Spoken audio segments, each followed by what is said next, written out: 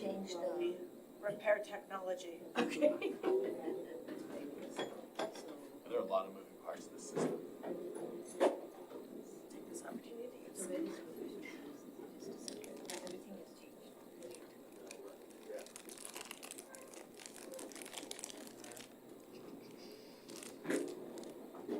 Keep that open. Other side down. That one, yep. It should work. Hey. All right, everyone ready? Okay, good morning. It is Saturday, October 22. It is 8:32 a.m. I'll call to order the Newcastle City Council 2023 Budget Workshop. This morning we have all council members present. However, Councilmember Charbonneau is not here at the moment. If he comes in a little late, we'll correct that record. My name is Linda Newing. I am the mayor, and I will go ahead and just give it a quick overview and turn it over to City Manager Scott Pingle. Don has a fairly lengthy presentation. He will break periodically. I'll go around the table and ask for questions, at which time staff will provide answers the best they can. Any information they need to provide after the fact, they will do so. Scott, good morning. Turn it over to you.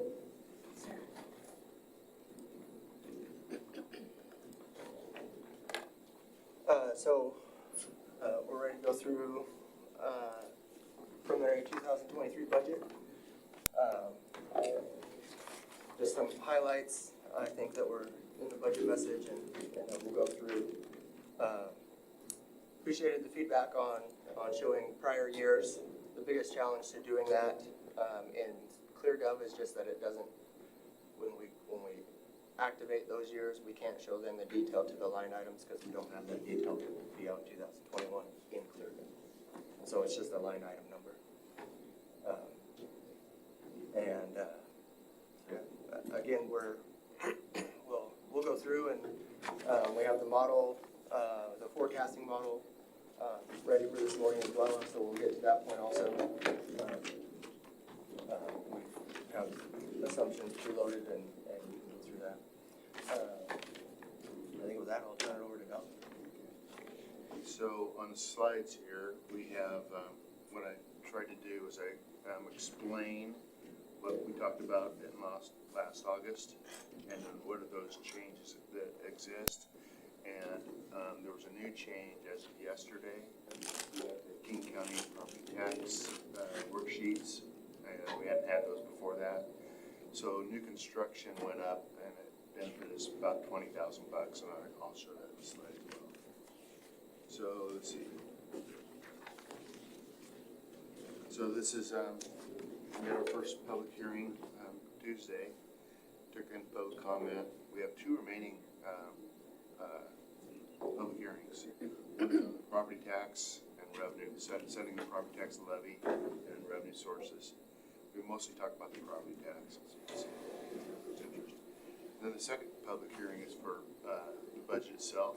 We open that budget, and as you recall, well, three of you don't know this, but what we do is we open the budget for public comment as well, and then what tends to happen is we leave the budget continuation going, and we close the public hearing, and so you have the public hearing process, but in addition you have more discussion.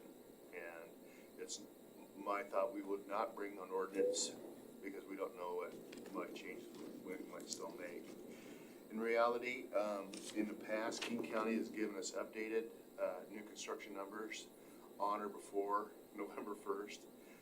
They have a requirement, that is the deadline, but this year, November 1st is the Tuesday.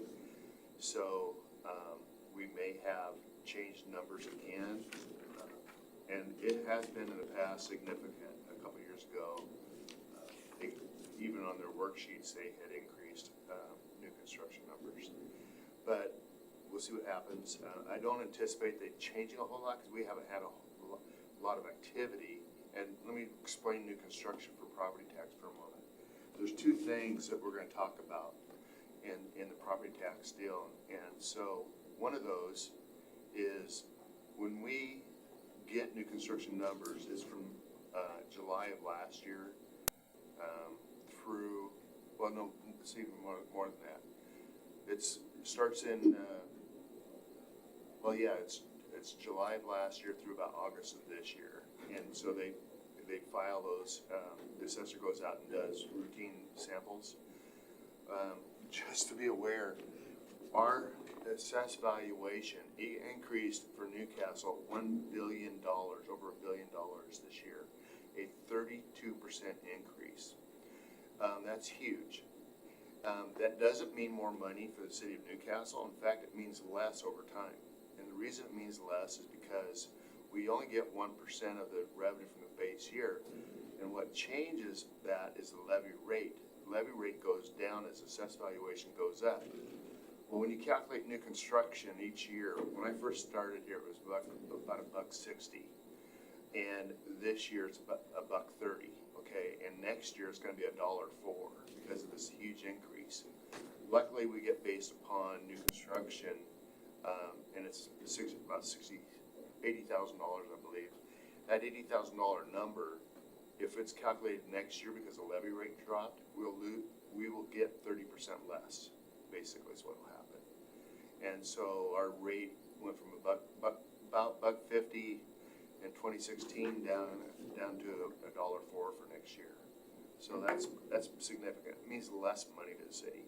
Counterintuitive to the questions that was passed out by Scott when the question was asked, how does property tax work? It's kind of a complicated process because people think their assessed valuations go up, taxes go up. Well, that's not the case.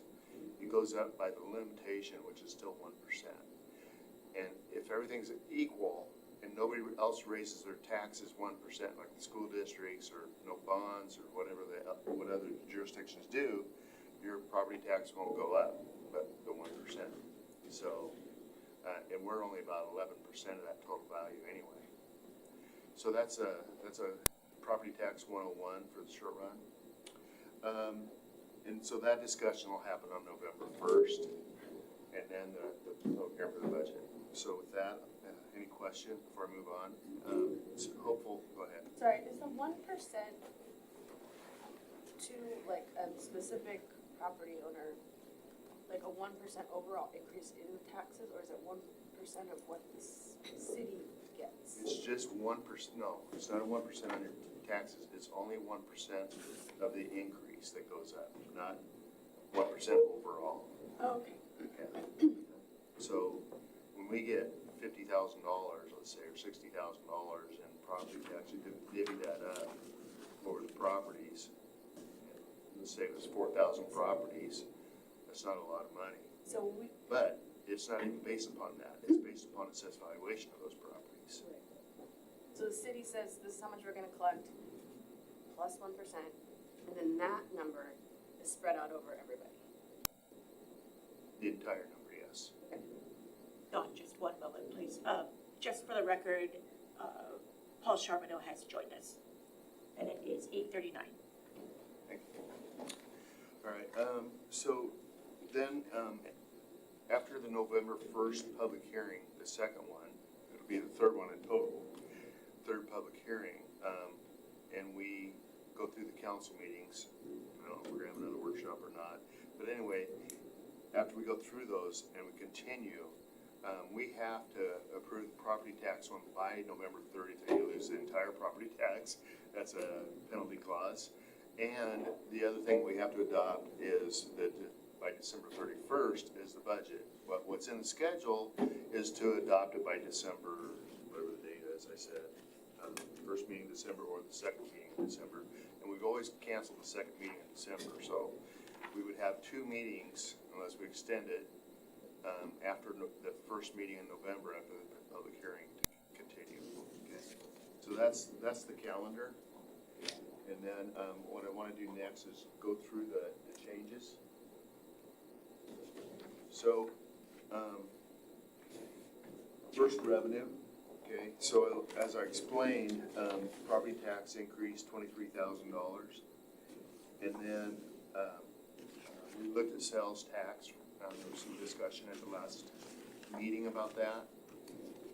And so we increased it from $1,811,000, which is several $100,000 more than what we budgeted in the past years, to, I think it's $1,800,000, I don't remember the number, $1,800,000 or something.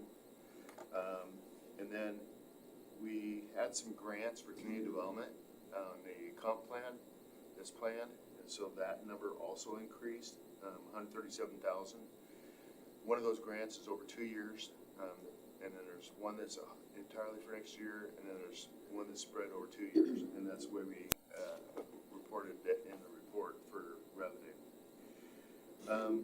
Also, we had discussion at the last meeting about changing how we account for some of the park's capital projects that was in the general fund.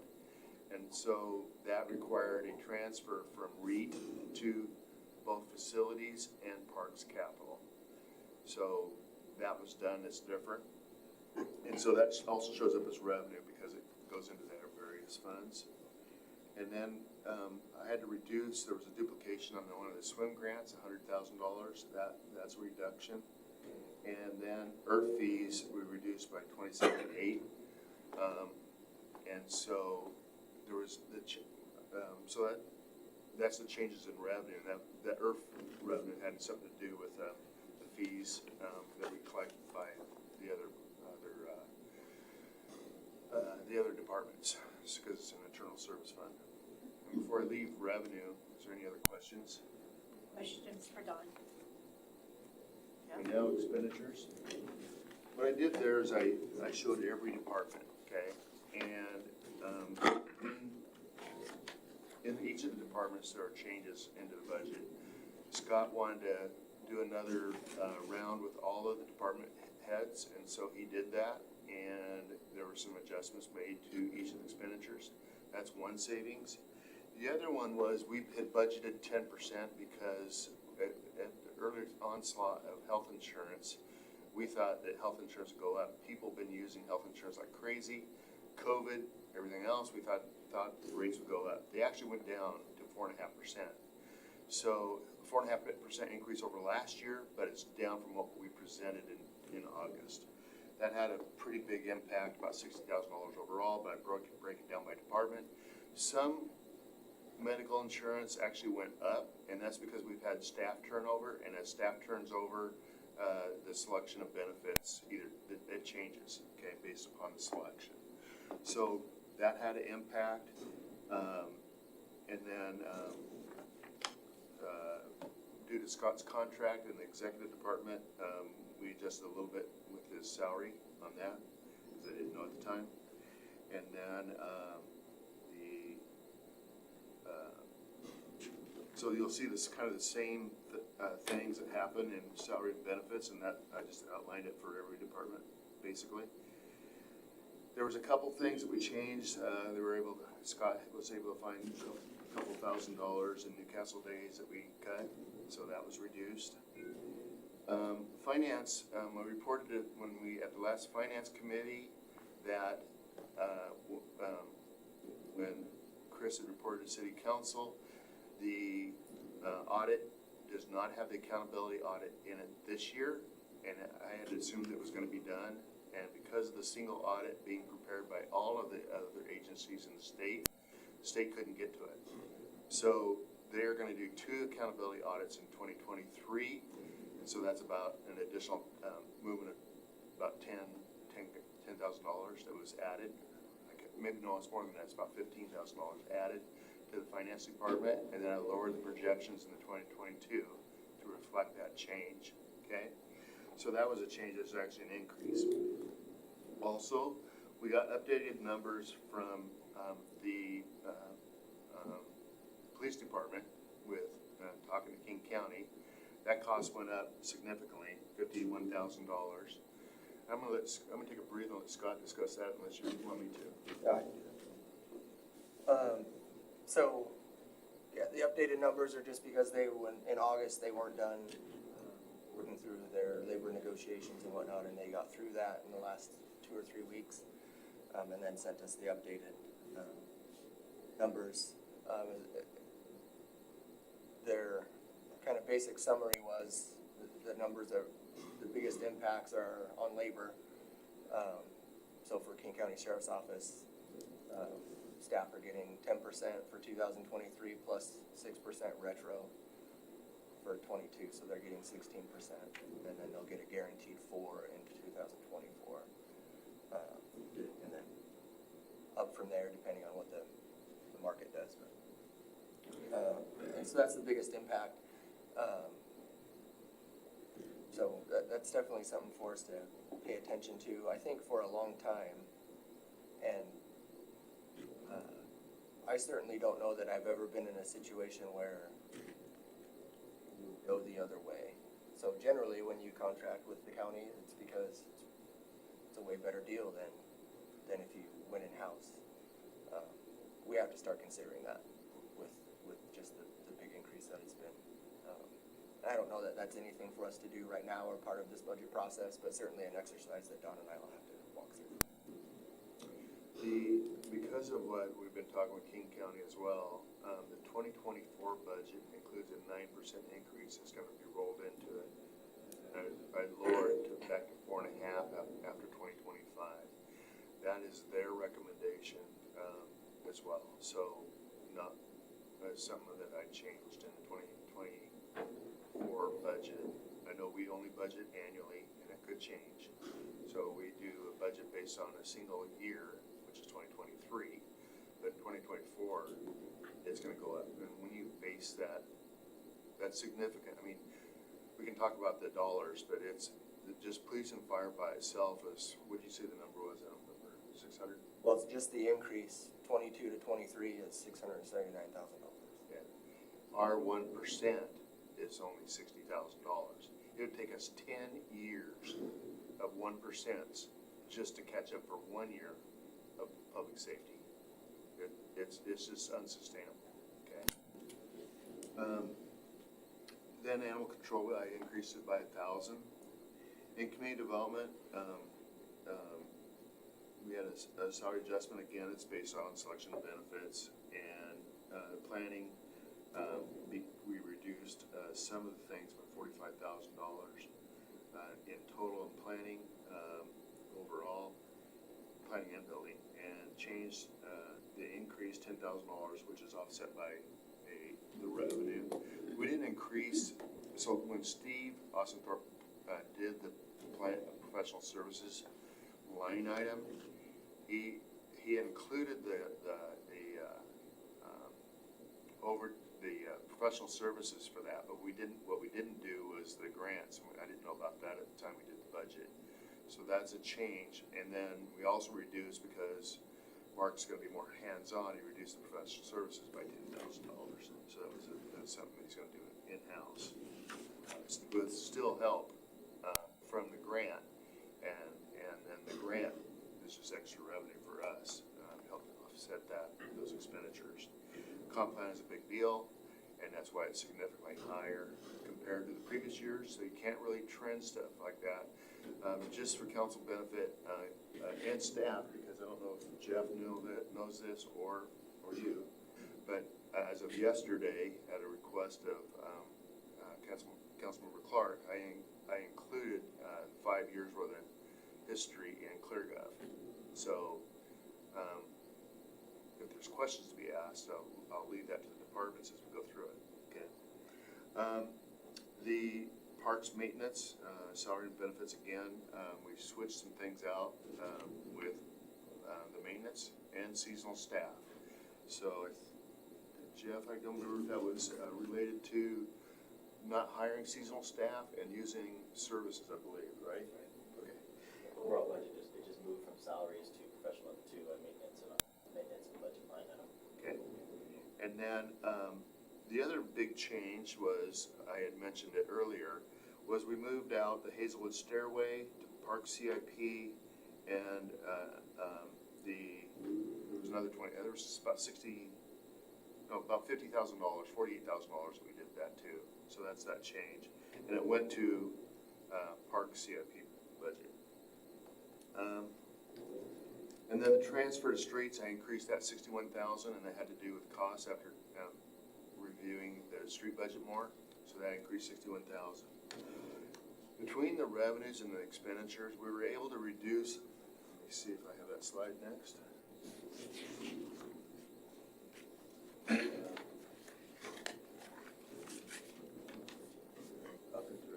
This is the effect by fund.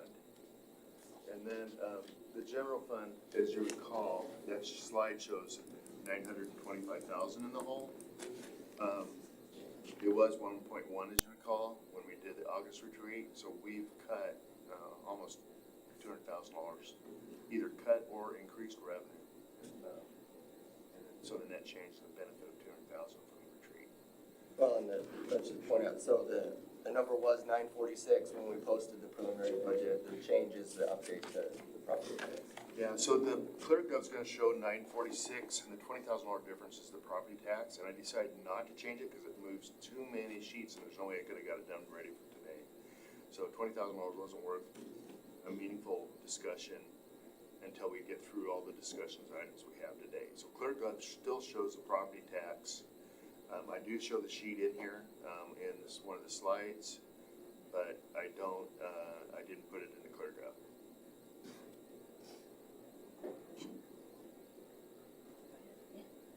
So, August, was it 27th when we looked at it?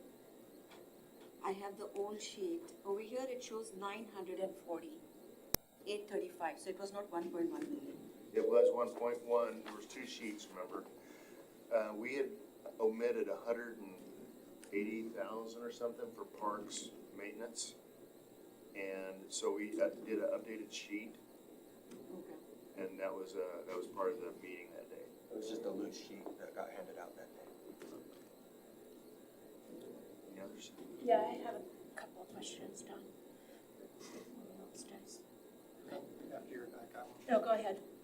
Well, the police number, the 3.1 million, that's budgeted, is that assuming we have full officers, which we probably won't get that extra officer? So what's budgeted in there is 11 officers and a credit for an officer plus more than that, because we get that credit. So I think I budgeted a $275,000 credit next year. So That's included in that 3.1. it is included in the 3.1. It's artificially low, but it should be around 3.4, so. Credits for this year? From this year. Yeah. But if we get it. We get it next year, and we got this year's money from last year, so. So the cost of an officer now, when I first, I think it was last year, it was 211,000. The cost for an officer now is $247,000. 42. $242,000 now for cost of an officer, and it's threefold. Okay, one is the body cams, the second one is insurance, and the third one is salary. So it's a big number now, and that's overhead plus the officer's salary. So, Dawn, you mentioned, and this is so petty, but it's 10,000 on the audit, but that's really a carry forward. I don't see that. I mean, Yeah. yes, it's a budget increase, but we're just rolling that money forward. That is correct. So I just wanted to, Yeah. point that out. And then the other question or concern that I have is, so I know that we moved money into professional services in parks maintenance, but with that reduction, I want to make sure the upkeep of our parks does not deteriorate. That's a Jeff question. I know. I don't believe it is. No, it's actually that what's contracted is more of the roadside and mowing and things like that. Basic vegetation. Thanks. Okay, so on this slide, there's a bunch of information here, and so there's revenues. I'm gonna go through some slides here, and then I'm gonna circle back to this slide again. And the slides that I'm gonna go through are revenue. And I'm gonna focus mostly on the general fund, because the general fund is the chief operating fund of the city, and it has the most concern. All the other funds, are pretty much taken care of. Either they're supported by the general fund, which really is streets, and then SWIM is an enterprise fund, so it charges for its services through user fees. The capital projects, I reported it back in August, and nothing has changed about that, but the capital projects are doing fine, okay? That's one reason we moved money, at the request of the council, we looked at moving money out of the general fund and into capital. Operational, as the mayor pointed out, we still take care of maintenance, park maintenance in the general fund. And so, the most volatile I'm concerned about is development revenue. And it has been since I started here. Okay, so now I'm gonna go through the next slide here. And, I talked through it already, but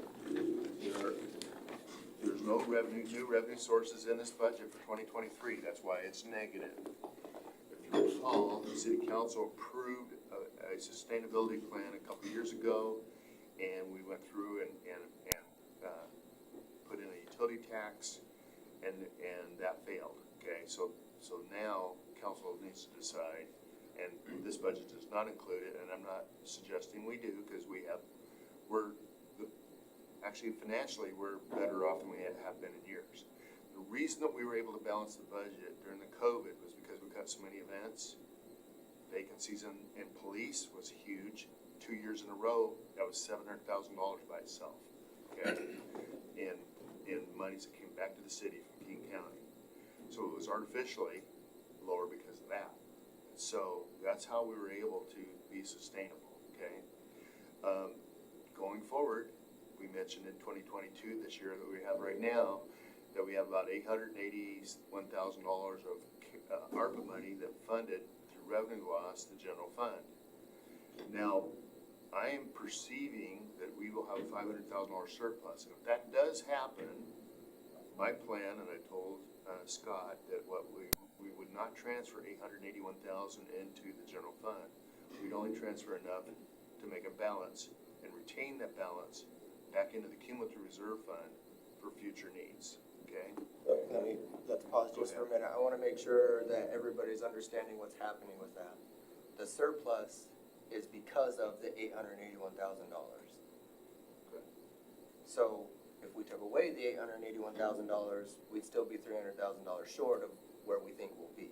Right. And so the $500,000 surplus is assuming the $881,000 transfer.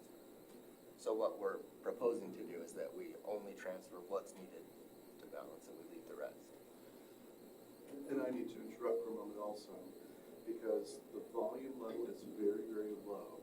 I know because we're all sitting in a close square that the tendency is to just have a conversational tone, but I need for everyone to project more. When I listen on YouTube, it's very difficult to hear. Thank you. I would appreciate that too. My ears are plugged, so I thought I was talking loud. Pardon me? I still can't hear you. All right, so as I said, the three major revenues are property tax, sales tax, and development revenue. Those are the general fund revenues. And then, on the slides, I've already shown the cut expenditures and increased public safety costs. And so those are the things that are highlighted in this budget. And then, as I mentioned earlier, moving REIT to facilities fund. So about facilities fund, for several years now, we've had a grant to assume to build a generator, and the generator's been in the budget for a couple of years now. We've not built it because we don't have money. So now REIT money is saying, okay, here's the money, we're gonna build it. So that 23 budget does consider not just a false budget, but actually building and planning for a generator as well as other improvements to City Hall. The same is true with the annex, okay? So that 425 plus that. So we'll see what happens to the annex as the costs go forward, because I think it's gonna cost more than that, but that's my own opinion. So moving on to next.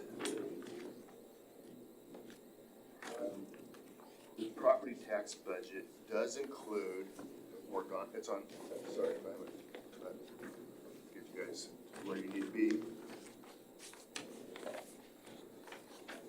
So the property tax budget does include the banked amount that's in 2022, and it includes the 1%, and then as I mentioned earlier, the new construction of 84,000. And that does consider, the 84,000 considers the adjustments from yesterday. That's not in ClearGov, that will be, okay? But it will eventually, right? Eventually you will include that? Yeah, oh yeah, after this meeting, or next week, it'll be in ClearGov. So new I just- construction. I just didn't want to open the budget, 'cause every time you make one change, you have to open the entire budget for everything, and so I just wanted to do it once. Okay, so each year also, that re-levy of prior, levies is from refunds or reconsiderations of property tax or, property tax that wasn't paid. And that's what the re-levy is for, so that 11,000, it changes from year to year, but I get the number from King County, I don't just make that number up. Okay, so that's property tax. Sales tax, One second, can we go back to the, so what is included in the budget? Are we including 1% property tax or 2%? so it's 2% basically, because we're asking for the banked amount last year, which was 1%, which is that banked amount of 59,960, Okay. and the 60,220 is the 1%. Is for this year. Is for this year. Okay, so, and then re-levy, okay, so we're already including 2% Right. in the budget, yeah. What's not in that number is the updated new construction number. Yeah, okay, thank you. And, okay, so I want to explain something about that, because you're bringing up a question that's going to come up later, and it's easier to discuss it right now. Okay, so when King County gives me information, the question that you have to do legally in statute 84 or CW 84 is that you have to say what the property tax increase is and the percentage of that. So you're gonna see an ordinance that says it's 1.88%, okay, not 2%. You don't have that here, but I'm just telling you now. The reason for that is because the actual value of the change in dollars is due to the re-levy, for one thing, okay? So we exclude that, and the compounding effect makes it less than 2%, and that's why, okay? So when you consider that on November 1st, you just need, I'm telling you that. If there's any question about that, I'd like to answer them now, because you'll be asked that later. How come it's not 2%? That's why. Okay. Any other questions? Okay, sales tax. So the 22 estimate is $1,810,000, okay? I think we budgeted about $1,600,000, and so, it's significantly higher. Bricks and mortar is still hurting. New construction is doing okay, with remodels, but most of the increase is online sales. People are still ordering things online, and we get the sales tax from that online sales. Okay, that's what really has buoyed up the sales tax. Okay, so when you're considering, while sales tax is increasing, bricks and mortar don't need the money for the grants. They do. It's just that it's not bricks and mortar that's benefiting by this, by paying the sales tax to us. So I just want to be clear about that, okay? For next year's sales tax, okay, well, this is kind of the breakout, so you can see it. We budgeted for bricks and mortar of 540,000, and we're going to come in at 500. It's an estimate right now. And we're still using June 30th numbers on here, so we did not have time to put September in there. We're just still reconciling September's books now. So anyway, the projected here is 810, and you can see that online sales is significantly, most of the budget is the online sales from what we predicted this year. Now, last year it was about that number, okay? So, I have it on here actually. So last year in 21, it was 706,000, in 2020 it was 640. So add it to 670, because we're always budgeting 18 months in advance. So that's how that works. Okay. Going to the next slide for the forecast. Increased online sales, assuming it's gonna continue to buoy. And I've stayed the local retail sales tax. Basically, because I've been hearing rumors of businesses leaving in the QFCMA model, or complex, because of higher rents. So I've heard that most recently.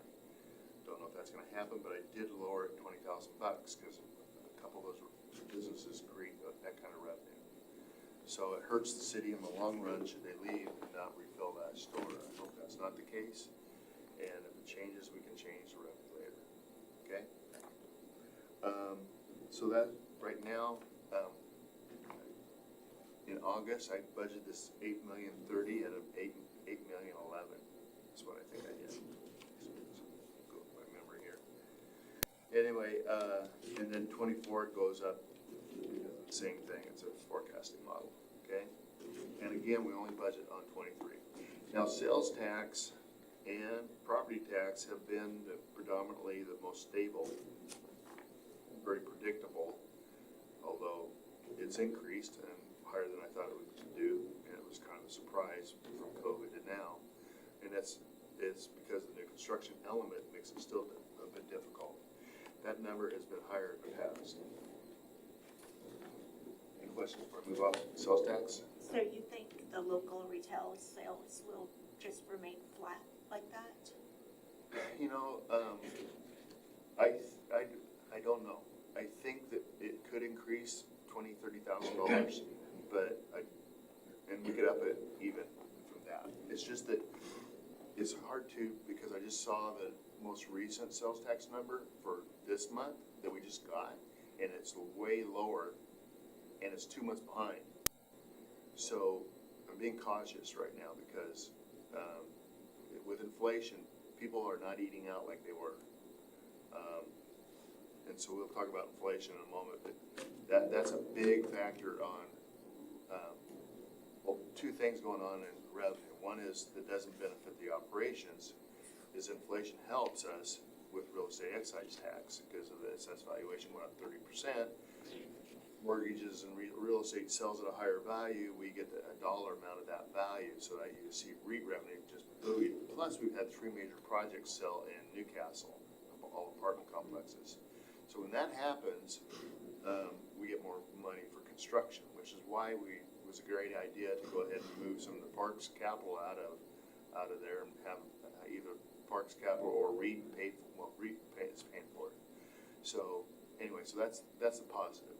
The negative is that people can't afford to eat out as much, and they don't. They don't buy as much, so retail online sales drops. You know, we're an affluent community with people working in remote, a lot of folks still, and so maybe it doesn't dampen us as much here because of the demographics.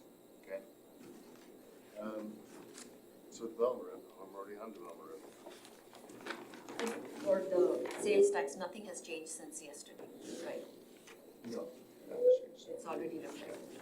The only thing I changed in revenue from yesterday was property tax. So development revenue, it's in the 4 components, and permit, which is building, plant, plumbing, and mechanical. Plant, billable hours, which is declining.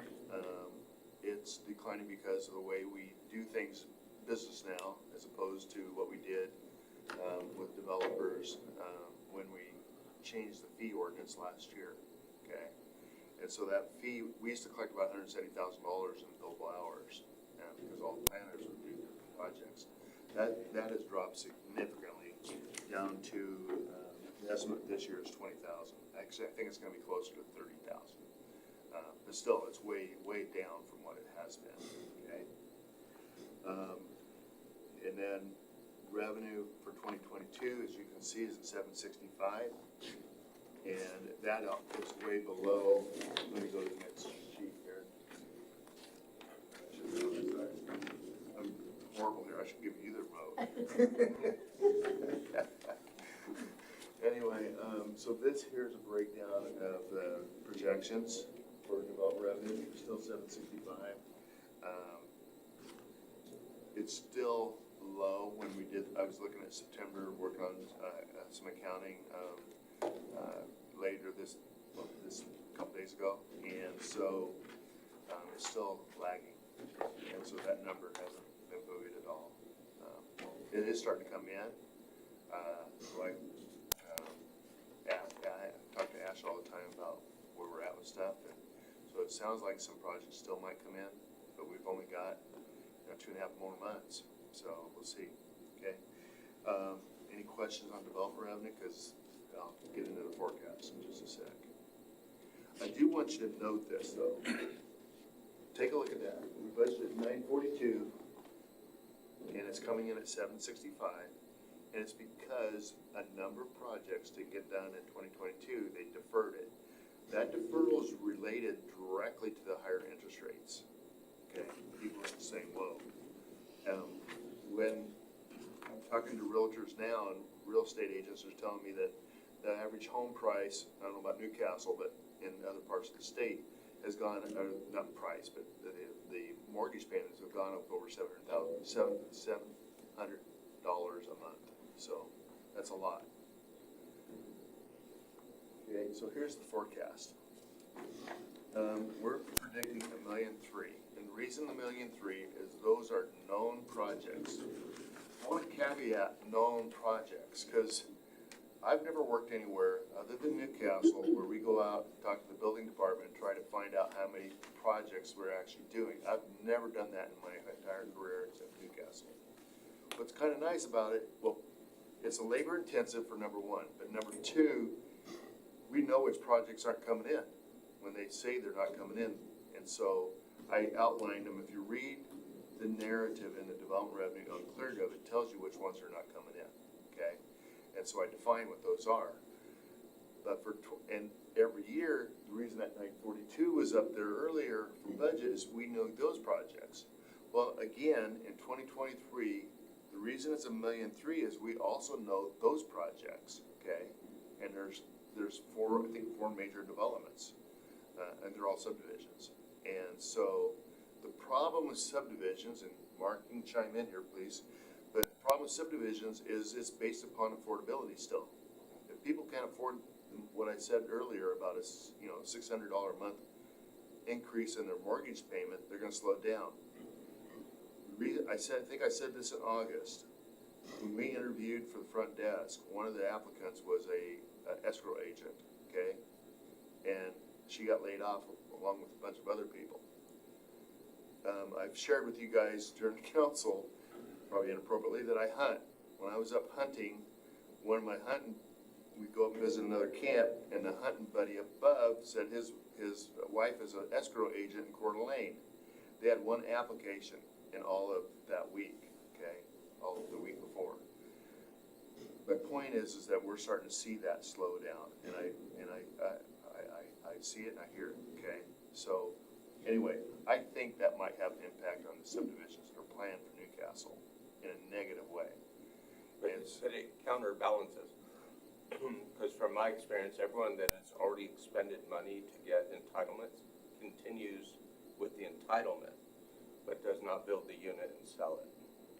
So you see this offsetting continuation in subdivision, master plans, and so forth, because they're planning for after whatever's coming. But if interest rates go to 18% and the recession is large, then everything is affected.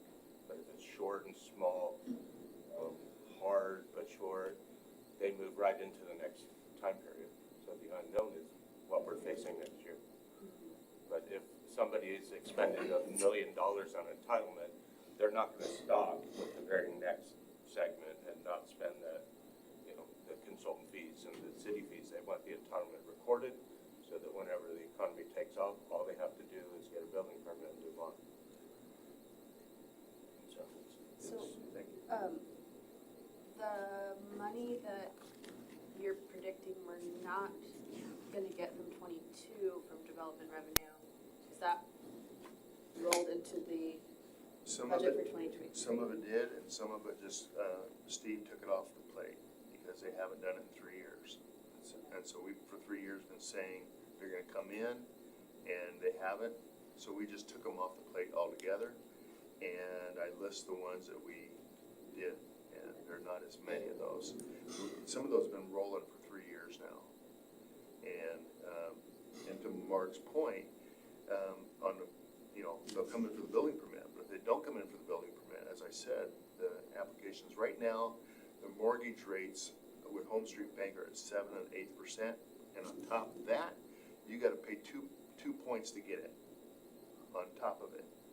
So that is huge, cost, okay, so, anyway. So do they expire after 3 years? The plan, does it expire after 3 years? A lot of the entitlements stay in place, Okay. the building permit do. Okay. So that's why it's in the collection plan. Master plan stays in place. The black ones record stays in place. So they would go past that, but then not build the house per se on the new lot. And then a decision for a large apartment building is, or condos, is, when we're all said and done, pull the permit, who's gonna buy these? So everything that we're seeing, and we talked about it in staff meeting, very granularly. Have you talked to a consultant that said, don't call me anymore, call somebody else? Has an invoice not been paid? And the answer is always no. So as of right now, everyone's going forward. But that could change. And then there is that last category of not hopeful. And so it's not in the projections, it's not planned on. We had one yesterday that's 5 years old, 2017. We gave him a 30-day letter. I made a phone call and said, do you plan to continue? Normally we wouldn't do that, but since development revenue is so important. Friday afternoon, they sent their geotech and comments, and so we're trying to add to the known, knowing that some of the known will drop. Okay. We're trying to mix those categories. Good job. I didn't know that. Get that number. But the majority of that is entirely out of our control. Yes.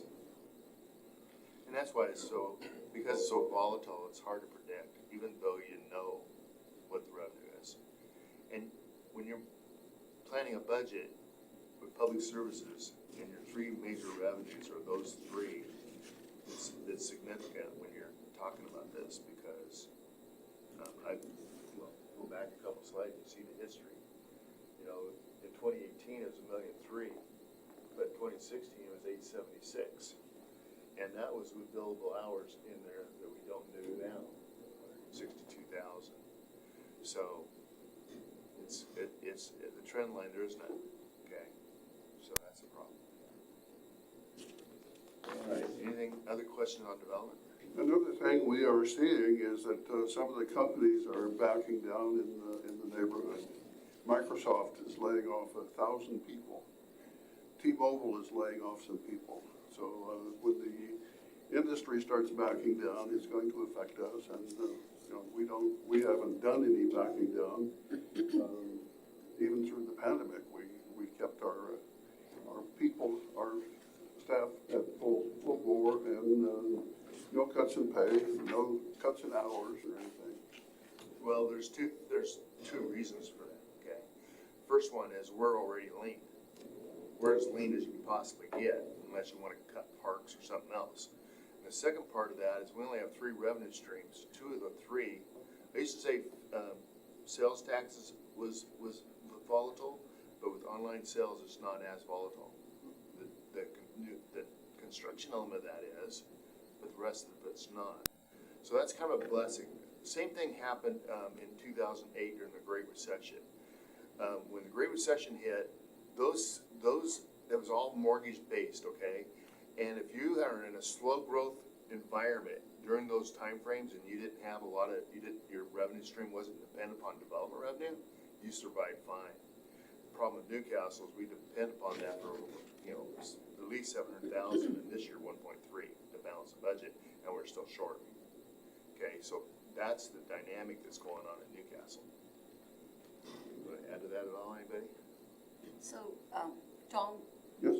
having worked in corporate for 20 years, so whenever companies, when their revenues go down, do you know what they do? They cut costs. They cut costs, Yeah, and so every department would come and say, oh, I have nothing to cut, I won't be able to survive, but they still have to cut. Right. And there's always room, and I'm sure as a CPA, you can always find room to cut, so. Yeah, the problem with Newcastle, we don't provide widgets, okay, we provide public services. So when we're providing public services and we already have those as tight as they can get, what you're talking about next is what public services do you wanna reduce? Because that's the only option you have. Okay, now we're gonna go back into the, we're at 923 as a deficit. And so the discussion, I guess, is, we deal with it, we not deal with it for 2023. As I reported, that we're in the best position Newcastle has been in. We have over $3 million sitting in the cumulative reserve. We have the general fund that's sitting at $4.3 million when this starts out in 23. And that could drop, oh, by the way, I didn't think about this until just now. If we don't transfer that $500,000, let's say, that 4.3 drops to 3.8. I was gonna bring I that up. just thought about that as I'm worried about the minimum reserve policy. yeah. So I didn't think about that till just now. We may want to reconsider. Anyway, there's always a change, but bottom line is we still have a healthy cumulative reserve fund. And because council, a couple years ago, moved $1.5 million and then into the cumulative reserve fund. So it was a really smart move that we did. And we still have 4.3 starting out into 2023, okay? And even if we drop it down to 3.7, by not transferring $500,000, you still are okay, except for you gotta do something. And that something council needs to decide in 23, or no later than 24. And you've heard from three city managers that have said the same thing. The message hasn't changed a bit. We can go through fiscal sustainability in a little bit, but that message hasn't changed over 3 different city managers. You had Bob, you had Rob, and now you have Scott. The message hasn't changed a bit. So, anyway, before I leave this slide, I'll go into expenditures. 2024, the shortfall more than doubles. Yeah. And it doesn't get any better. Right. That's right. But also, we haven't moved money, we have $1.5 million. We haven't moved $1.5 million or more into 2024. The thing is so best practices, okay? I want to talk a little bit because I've heard this fly everywhere. Best practice for a balanced budget is recurring revenues with recurring expenditures, okay? Newcastle is a bit different, and the reason it is a bit different is because we're cash-based accounting. We operate just like our checkbook at home, okay? And we may get, I've seen it happen in 2015 going into 2016, where people wrote checks out for $500,000 for projects, and it was all development revenue, but wrote out projects, and it happened again in 2017 when you saw that big spike in development revenue. Okay, so it's happened ebbs and flows, but you can't depend upon it. So the reason for the utility tax, and the reason I purported it was a good idea, nobody knew COVID was gonna hit, okay, that's a nuance. But it's still a problem, and it needs to be defined as what is the level of public services you want. Where do you want police and fire? It's contractual. When the city was set up and incorporated back in the 90s, being a contract city was a right move for Newcastle, okay? And things were hunky-dory. Insulated by unions, not having to deal with the unions, so you didn't have extra labor costs. Costs went up, sure, but you didn't have to deal with labor attorneys, you didn't have to deal with the union agreements. Staff could deal with the ongoing staff that we have, which has been minimal, okay? But again, we provide public services, and you already, we define those in the budget as what those are. there's a little colored box, if you read the introduction, there's a colored box that talks about what is the public services, and we define what those are. General government, there's a definition of general government. There's a definition of culture and recreation, which is our parks department. There's a definition of public safety, okay, and then there's a definition of public works, okay. And so, so those are the basic services, okay. And so with that, I'm not sure where to go beyond here except with the forecast model or questions. So, now, discussion. Any questions? I'll go ahead and interject, and just so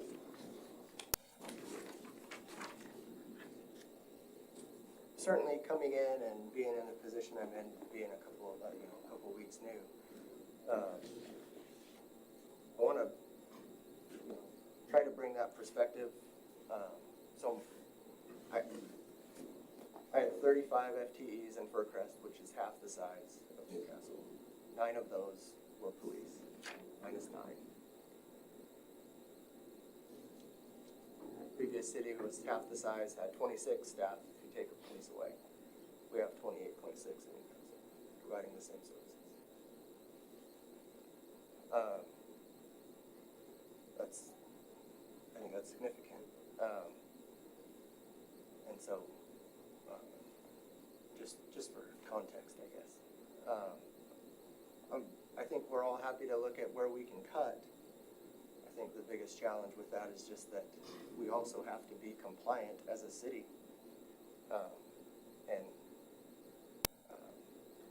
And at some point, we're not going to be able to do that.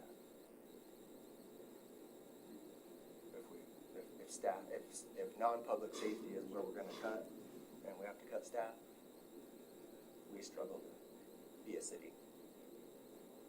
I think when you bring people into the conversation, they are people. I think that is not appropriate.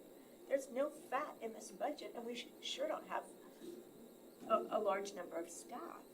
Here, I'll give an example of Newcastle, if I may, okay?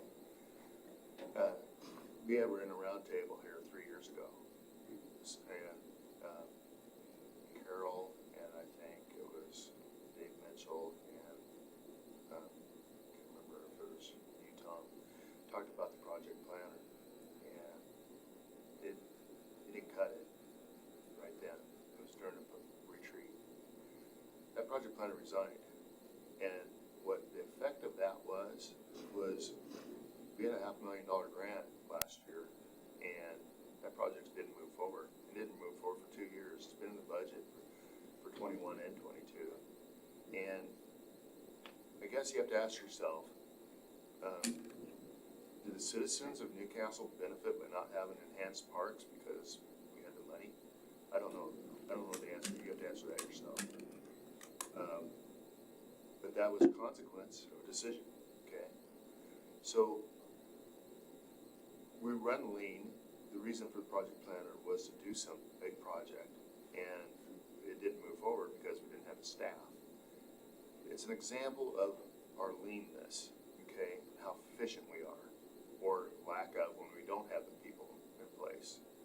And so I defer to you guys to decide what your level of service is, because when you cut staff, you cut services.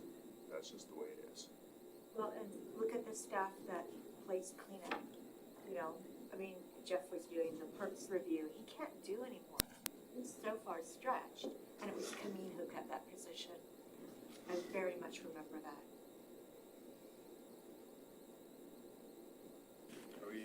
Just for clarity, are we moving into the second section here of the roundtable? Was that folks' intent? Either that, or I can go into fiscal sustainability model, which I did build, but don't know what we wanted to go from there. I don't know if that was ready, Jeff, or not, but whatever you guys want to do. Are you able to open the Want to see the the model? budget, no, I just wanted to see if you're able to open the cumulative reserve fund page Oh. in our, from ClearGov. like, Jeff, can you go into? because now all the pages have changed. So I can't give you the page number. Well, Yesterday I was reviewing and I had all page numbers. So as for yesterday, it was page number.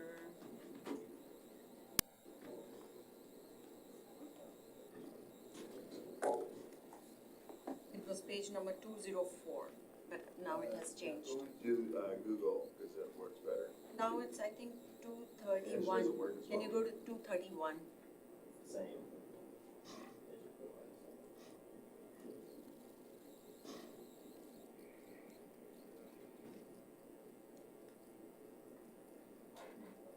Questions on page 231? Yeah, the cumulative reserve fund. Yeah.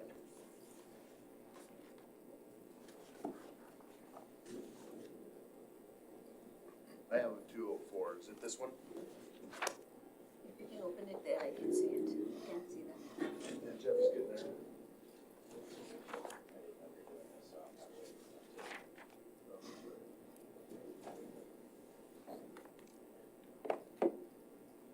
Being down MacGyver, I would need to work. Get some duct tape. Probably go on about here, we like Peter.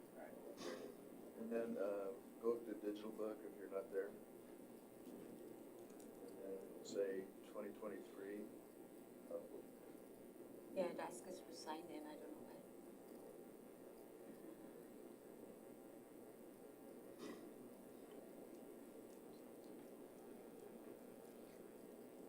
Sleek interface. Click on editor. And then click on, 6-year fund forecast, and then cumulative reserve. Okay. If you hit web preview, it'll make it bigger. So that works. Okay. Yeah, so is there like a net, did you add a net line?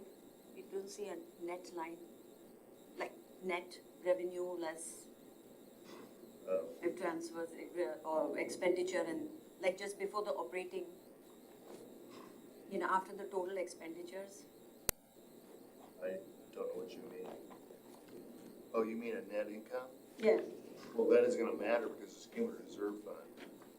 That reserve No, fund. like, that- anyways, so if you look in the projected year end for 2022, there is ending balance is 3282425. Okay. But then the preliminary 2023 beginning balance is 3957430. Right. So shouldn't the ending balance be the beginning balance for the? No.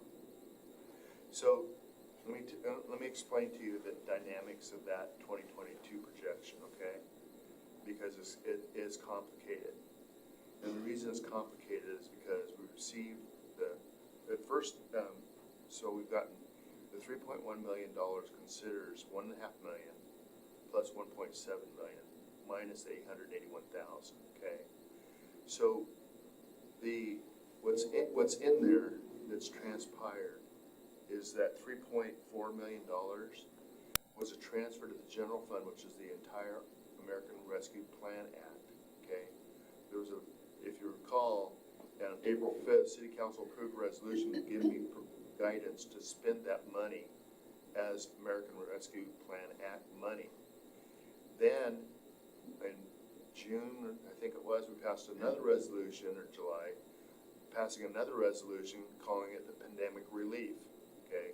And if you look, you'll see a transfer of $2.5 million coming back into the fund. And that part is $100,000 that was committed. And if you remember, management partners saying we have $2.4 million. And if you remember the last couple of city council meetings, I think we've had 4 of them on it, that $2.4 million is embedded into the 2.5 on that same column called 22 projected, okay? So that's why you have the ending fund balance at roughly,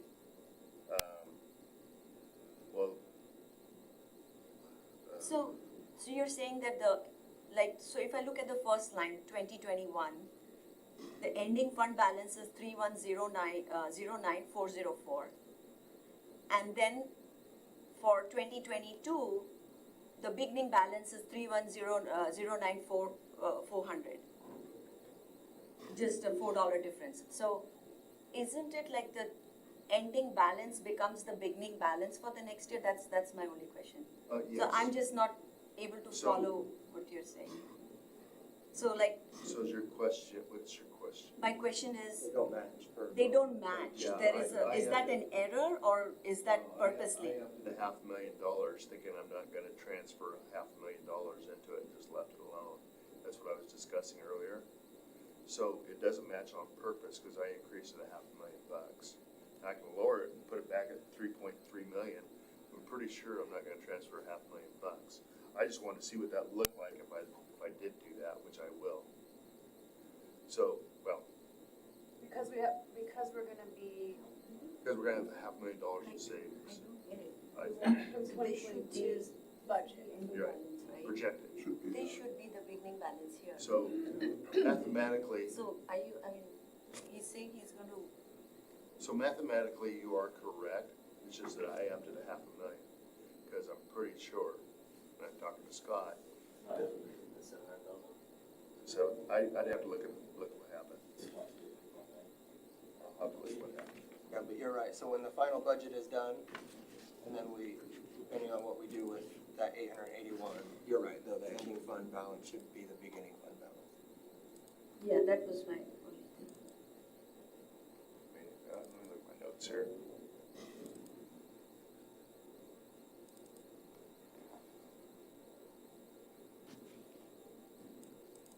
I think what Don is saying is that the difference right now is anticipating what we might do that we haven't done yet. Yes.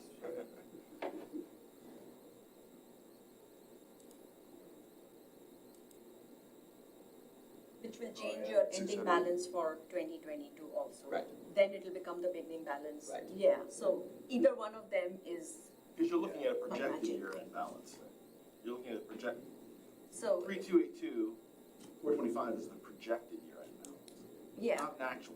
yeah. But But then, you know, that should always match The actuals will match Yeah. next year. Yeah, Well, and what Don is saying, the reason they don't match today is because he's anticipating what we might do. as Yeah, far yeah, as yeah. ending Oh, I fund know what I balance, did. rather Okay, than I remember. what we So, want. it's increased by 675,000.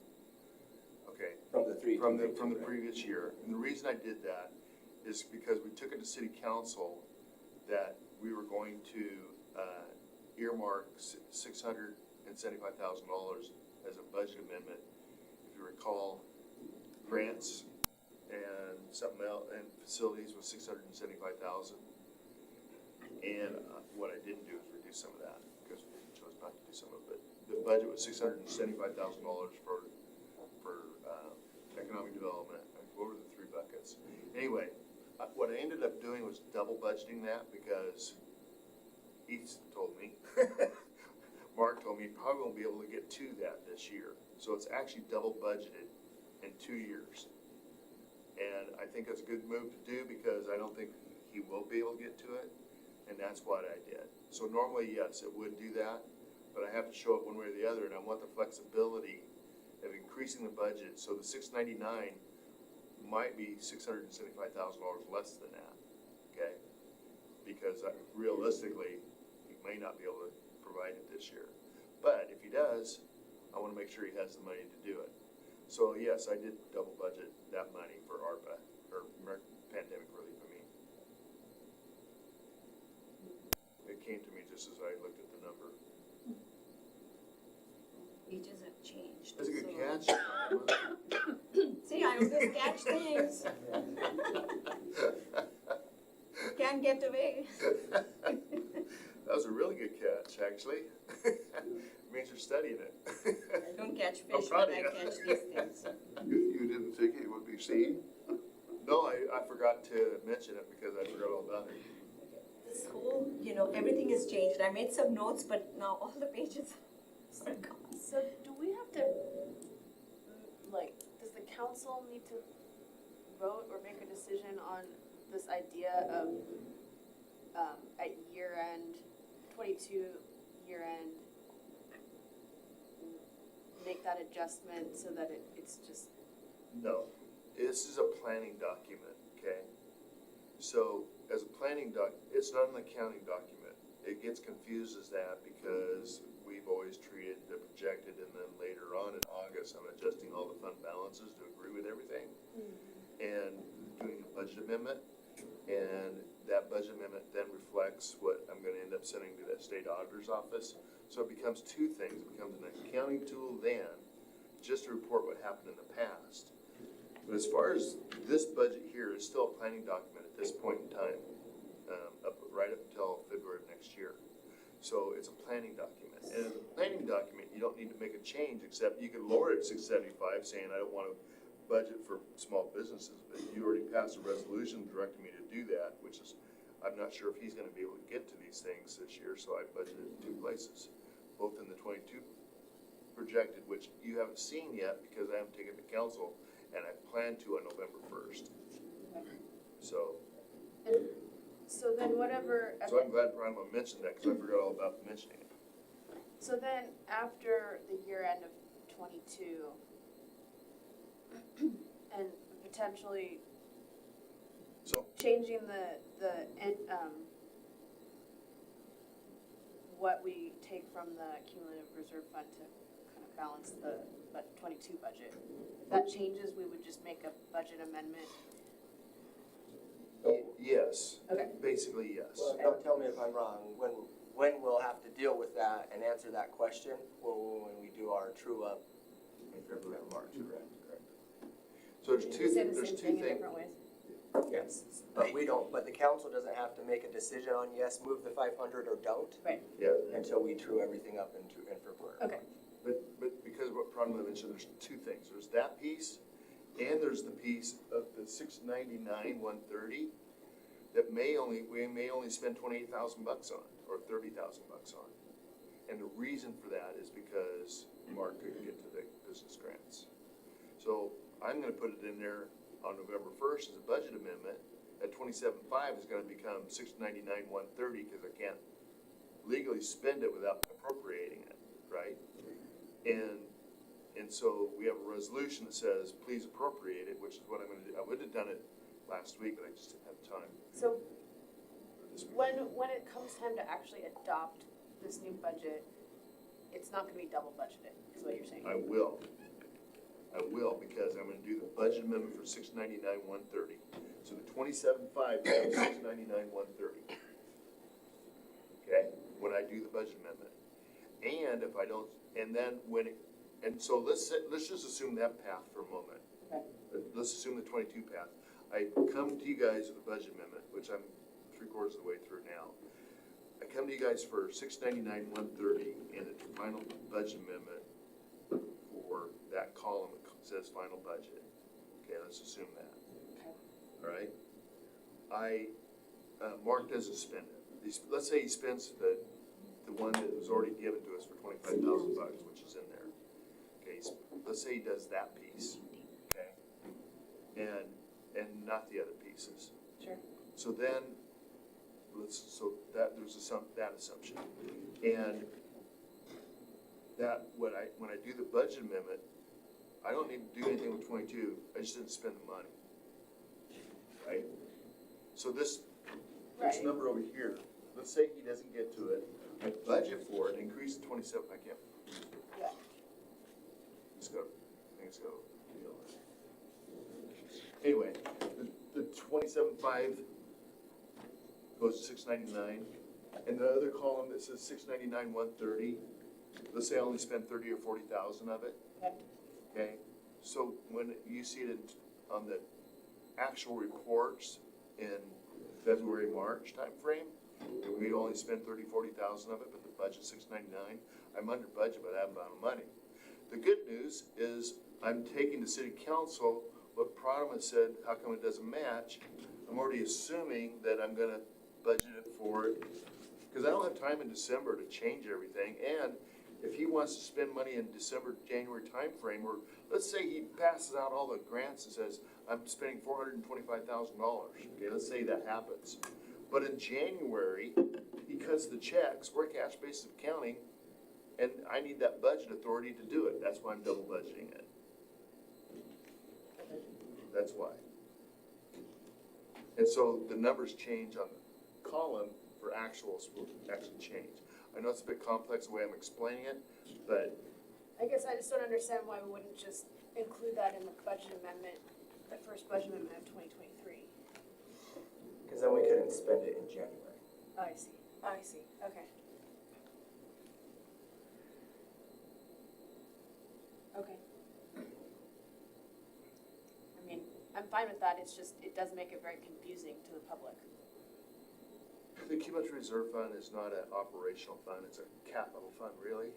And we're just, I know that business grants aren't considered capital, but really it was designed to be a rainy day fund. The reason we put the money in the cumulative reserve fund for ARPA it was just that public disclosure. Right. Okay? And, you know, this is federal money other than the fact that we took $1.5 million and put it there. So. Okay, I mean, I understand that, I do think it's important to realize that that is, to double budget something is a little strange to my brain, but I understand the reasoning. Yeah, I've done it in Okay. other organizations for years, and I explain it, usually. I just brought a copy on that, I forgot. So that's why.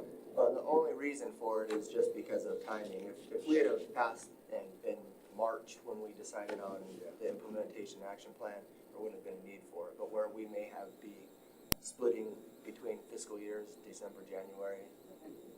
You know, and that's the trouble in cash-based accounting to begin with. When I first started this presentation, recall that I said development revenue is a great example of why we pass or use fund balance. Best practices is using recurring revenues with recurring expenditures. But what do you do when you got a $500,000 development revenue permit that comes in December and you don't get it in January, which is the year you planned it on? You can't, this is a planning document, not an accounting document, so.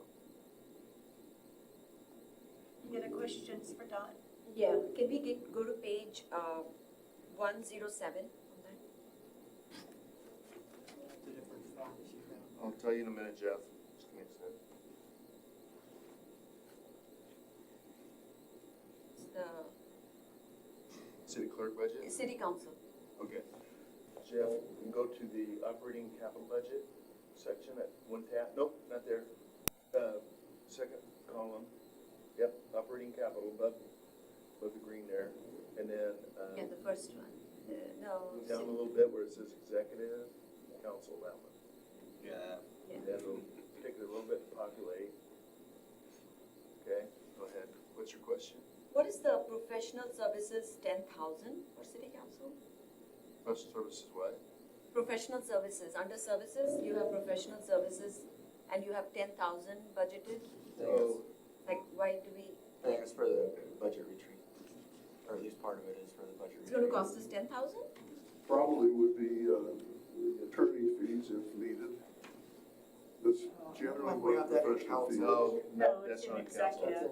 I think that's in city manager. Yeah, that would be, so is this like, are we hiring some kind of consultants here or? No, we haven't. There's another line item somewhere else for budget retreat, so that's not the budget retreat. Yeah, I saw budget retreat somewhere, It's, under city manager maybe.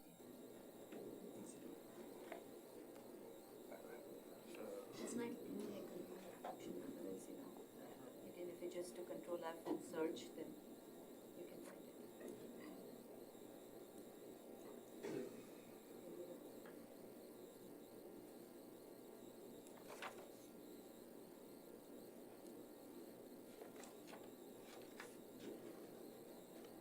Yeah, this budget retreat, The budget retreat's $2,500. Town hall is $5,000, and that's 7,500 of it.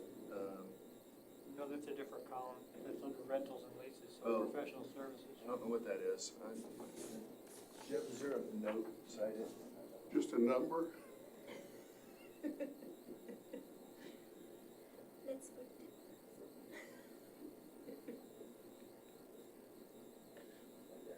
Oh, 5,000. Photos and facilitators. Facilitators probably for the retreat, Yeah. photos.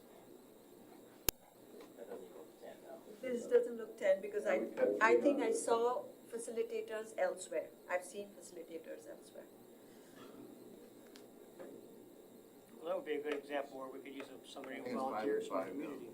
I'm sorry, what? We don't need to pay for facilitators, we can get a good volunteer from the community. There's a lot of professional people that work in Newcastle, or live in Newcastle. For, as an example, right, a way to save money. Yeah, I suggested that last time. I already have a few people who are willing to do it. I don't know Mayor, I don't know how you wanna, We're not speaking to where the folks at home can hear us. I can't, for some reason my ears are plugged, I can't hear.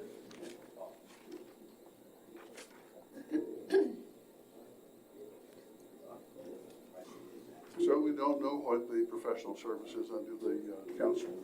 It's facilitator and photos. No, we saw facilitator elsewhere, but that doesn't adds up. It's 8,000 No, I and know. 5,000. That was That's 'cause we took- 13,000, but we cut we took 3 out of it. Yeah. That was noted earlier. This is just backup, so what Don's saying is that he adjusted the 10,000, it used to be 13,000, he reduced it to 10, but then didn't go back and. I didn't go back and fix the footnote. It's a footnote, this is a footnote.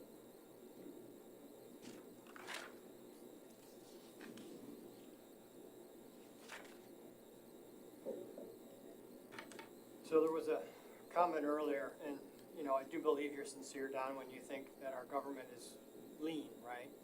But this is a small example, right? This facilitators, which we don't need, or $5,000 to take photos. I mean, it seems like, well, it's just a little bit, right? And this is what's wrong with government, right? So it's a little couple dollars here, and it's a couple dollars here, and all those couple dollars in every category add up eventually, and it becomes just this background of bloat that seems essential. And I'm, right, I mean, I don't know how to say it. Let me stop you for a No, moment. I'm gonna finish, right?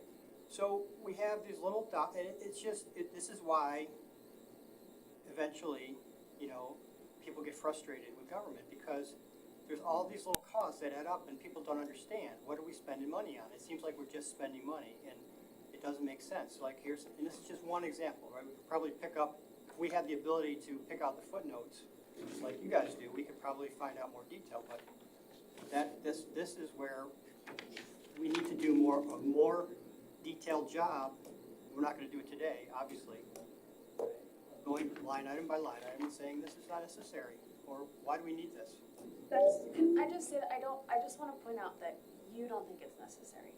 I personally think it's very important to hire a professional facilitator for something like a retreat. So that's fine that we disagree on that, but please don't say it in a way that makes it sound like we all are in agreement on that, because we're not. I So didn't say that's- we were in agreement, I Okay, said that's. you made it sound like we were, the way that you said it, and I'm sorry, but it bothers me when it's said that way, because I completely disagree with that. I think it's very important to spend this money on a professional facilitator. So, And I guess my response is different. My response is, my job is to record what the other people request.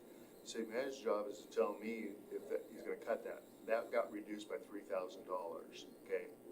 And so, yeah, the footnote's not there, but my job is to say, no, here's the budget. I thought you guys had footnotes on that. If they don't list the line items, if the departments don't list the line items, then I don't know what they are unless I go into myself, and I, quite frankly, don't go into every line item. So I myself didn't know what that was until I asked Jeff to look at it, But so. in the budgets, it's not up to a city council to look at every vendor the city plans to invest resources in. I mean, that is not our job. But the city It's called council, in at the the end of weeds. the day, and I want to clarify something with you, Ms. Cart, is you pass every time the accounts payable every month in the bill, audit of the bills, you get to see those.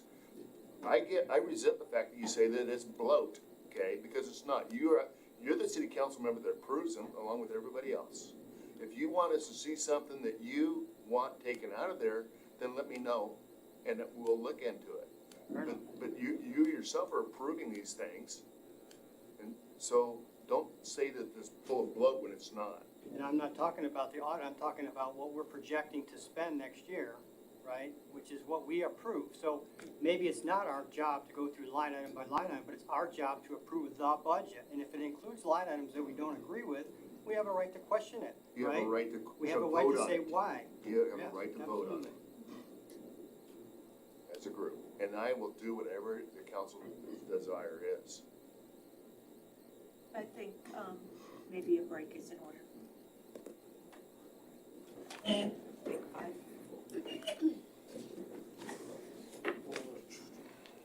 If I log in. So, So, what's online, though, we don't have.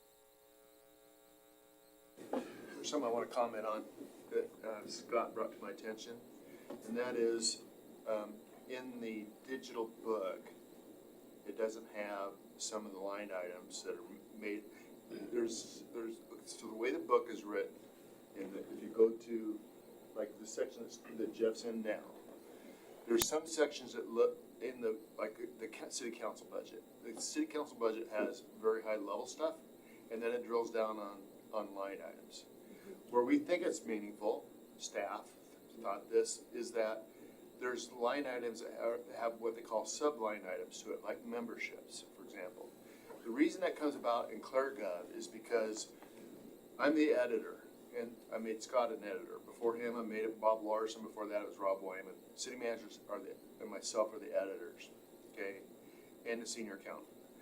So when that goes out, they sign sub-requesters, okay, meaning in Scott's budget, it would be, the sub-requester would be Sarah, for example. Give me all your HR membership fees and everything like that.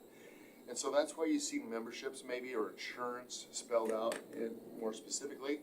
But when it comes to general line items, like the $10,000, that is done by the editor itself without, maybe they solicit information and perhaps they don't. So that's one thing. Do you want to talk about anything else? Yeah, so I guess to continue the example, specifically to the professional line item, or the professional services line item under city council, really the process for that was, okay, we went back, I generally would go back to 17 or 16 and see what we've spent in the past. It's kind of all over the place because of COVID. But in 2018, we spent $9,935, and so just looking at, okay, what made up that number, and could we stick to that? So I went from 13 to 10, and that is literally the process that went into that number. And so maybe part of what we need to talk about, and I'll ask Don to help me out, and the council, is if you have questions on line items or what's gone into that, at least in the past, put those out and we can go get that. We won't be able to pull it up right here and show. We'll have to get into Springbrook and go see what we've actually spent money on. But we can do that and bring that back to the council. I think what that question gets to, and Pradama and Rob, tell me if I'm wrong, but I think what the question we're trying to get to is, if we want to adjust a line item, how do we want to do that? It's because it's a council decision to do that. So maybe we need to talk about that a little bit before we get too far forward, as far as, okay, hey, if we want to move a line from 10 to 5 or something like that, what process do we want to go through? There's not a set out process for that. It's really a discussion that we need to decide how we want to do that. Well, I guess self-comment then is just that I will send you, because I'm not gonna waste everybody's time here, is I will send you a list of line items that I have questions about, and you can respond to everybody, or however you wanna do it, right? And then, yeah, that would be fair enough. And I'd still want to make sure that, okay, I'm gonna dig into the professional service and city council as the example, because we just talked about it, but, so, we'll send you some information on this is what we've spent money on in the past. And then you can, so what I wanna talk about, okay, if Rob wants that line item to be $5,000 instead of $10,000, how does he make that request, and how do we decide on that request as a council? And so, Usually you have a motion. Be a motion in the main meeting, right? That's how we've done it in the past. The problem we have is that the staff says this is a lean budget. I think there probably are some fat areas in it, that's my opinion. I've looked Like at it what? I've looked at it very carefully. Like what? Like what? Oh, there's several things that, we could make adjustments to where it wouldn't affect the operations of the city at all, and we would probably cut, $500,000 out of the deficit. And he's laughing because, he thinks it's a dream, and it's really, it's a suggestion. I've looked at the budget, I've gone through it, and I've come up with, I went over it with Pradama yesterday, and we went through item by item of a lot of things, and Still, there still would be a fair amount of fat in the budget. Okay, but why don't you elaborate on Yeah, that? we need to know what those are. Before we answer Tom's question, let's decide on how we would make a change, right? We were talking about that, right? So in the main council meeting, is that what we want to do? And if Yeah, there's that's no- fine with me. It's, every council's been different, so that's kind of I the mean, question. I'm new to this, so what So- we've done in the past, right? You asked me, well, indirectly, you asked me, but add 2017 forward. I want to use this line item as an example, because I'm looking at it right now. We don't take pictures of the council every year. We do it whenever there's a change to the city council. So I'm looking at it, in 2021, we only spent $250. Do you cut 10 grand out because you want to only spend $250 out of that line item? Well, nobody's gonna know who you are unless you get a picture taken, and I was telling Scott, I can bring my camera down here, I have a pretty damn nice one, and take pictures of everybody, and post it on Facebook if you want. I mean, that saves $5 grand right there, you know, but are you gonna find $500,000? I don't think so. But you gotta be aware, there's things like maps, for example, and engineering is quite common. There's maps they don't do every year, they do them every couple of years because they're so expensive. So you can't look and just say, well, we only spent $250 this year, why is it 10 grand now? And I'm gonna use that example, okay? And you're gonna have disagreement about the facilitator. Rob Wyman struggled with that, and it fails every time the city manager is their own facilitator. You gotta have a facilitator. So, I don't know, that's a council decision, though, but I'm not gonna get into that.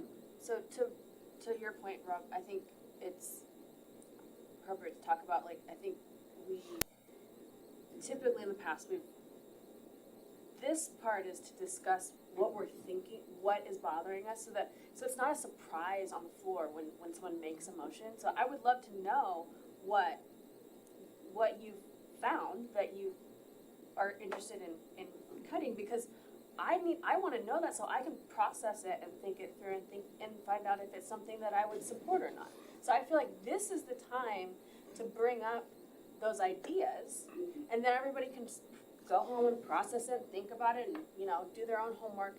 And then when we come back for our regular meetings, our public meetings, later on, that's when we make the motions. And that's, again, I don't have it in front of me, but I love looking at the budget calendar, because on the goals part of it, it says specifically which meetings we're supposed to be making motions for amendments. Can I stop for a moment? What's nice, I'm the one that started this workshop business, okay? And the reason I did is because we get to have this kind of dialogue. When you're sitting in a city council meeting, you have a business meeting to take care of as well. And it was very, very darn difficult to say, for the city manager and myself, say, what just passed? I'm not sure what just passed. And trying to figure out what motions or whatever and expenditures were taking place. And that took 2 days to decipher between all the department heads what just happened. And so it's this meeting or another one if we have to really dive into it, because I don't remember what's on the agenda, but it's a lot for the next meeting. And the next meeting after that has a lot. I think you have something on there that's gonna be kind of lengthy. So just think about that as we're going through the process. And you can add meetings, just. Well, we also have a study session too, so, you know. I mean, that could be, go ahead, Paul. Yes, I think, I'll just share, I think something we work on is like training for, like leading support groups and peer counseling is trying to use I statements, not we statements, so this is just me very much saying like, this is the way I am viewing things. I think the thing I struggle with is that I think there's this rising friction of costs that are increasing that were really outlined. You know, we talked about the public safety costs, right? That's going up. The cost overall to the officer, police, and fire. And I think my read of this council is that that's very much a value that we hold of wanting to maintain that service. The idea of, I know like our public defense, I was talking with Scott, might increase the lobbyists, like little things that are rising and things we're mandated to do by King County elections, for example. So I think there's a lot of mandated rises that we are not controllables for us, that are just going to, rise, and that'll be the issue. I think the problem I hear is that when I hear folks talk about cutting certain things, I think it's worth a worthy exercise going through all those things, but it's very much a micro level discussion of, okay, well, why is 10,000 here? Well, we put 10,000, it might not actually be 10,000 in that engagement, but the cuts that are being talked about are not accounting for this, future forecast. It's not the future forecast of deficit that is growing exponentially. So I feel like there's very much a friction of these things that are increasing in cost versus what is being suggested, right? So I think I would use the events planner position as a discussion as well too. So, we went back and forth on that. That was a 4-3 vote. That was what we pay that person, relative to what that person is paid, and I'm very respectful of that staff member, is relative to the deficit that is being faced. Not having that position would not prevent this deficit, not even close. And we have to look at the feedback community gives us, and the number one issue folks are talking about is, one of the hugest issues with events, one of the huge parts there is we want events, we want this, and engaging that and meeting that need, right? So I think what would be really helpful is going forward delineating what is a micro versus a macro level. They're both worthy conversations of having, but I think a lot of these spending cuts are micro level discussions. And I think it's to me it feels very selective when we're talking about looking at other cities and trying to take in experience from others, where we want to look at what this other city did. And then we have folks telling us, look, here's a city that's smaller than us that has significantly more FTEs, and then we feel like it's not lean, right? I feel like I'm hearing a lot of, okay, well, we need to cut, or okay, there's levels we need to cut, but I'm not hearing specifics. And when I hear the specifics, they're very micro level, and they're not addressing the overlying problem, and I feel like we just keep going back and forth on that. I feel like I'd like to have the macro conversation as well, because I feel like it's missing here. I feel like there's steps that are being taken, and I feel like to not say there's steps being taken is very dismissive and not fair, right? So we talked about trying to the renegotiation of the T-Mobile contract. I know Scott was talking about trying to review the public defender service that we need to provide. Rob and I have a item on the planning calendar regarding our public works standards and how developers will pay for things. So there are steps being taken. I don't want to be dismissive of that. It feels very much all or nothing in these conversations, and it feels like that we're kind of missing wavelengths on the scales here. I think we can look at where there is common ground. Something I think there would be a worthy conversation of having is I'd love to review an emissions tax, because I feel like there could be political will for that. I would love to review all sources, right? Again, I don't think it should be one item or not. I think it's a combination of things. And I think, I guess what I'm just asking for is more nuance in that conversation and engagement.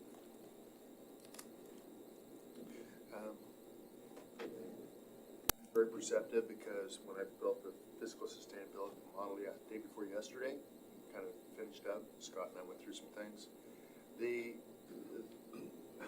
Sorry, my ears are plugged too, I think I'm talking loud.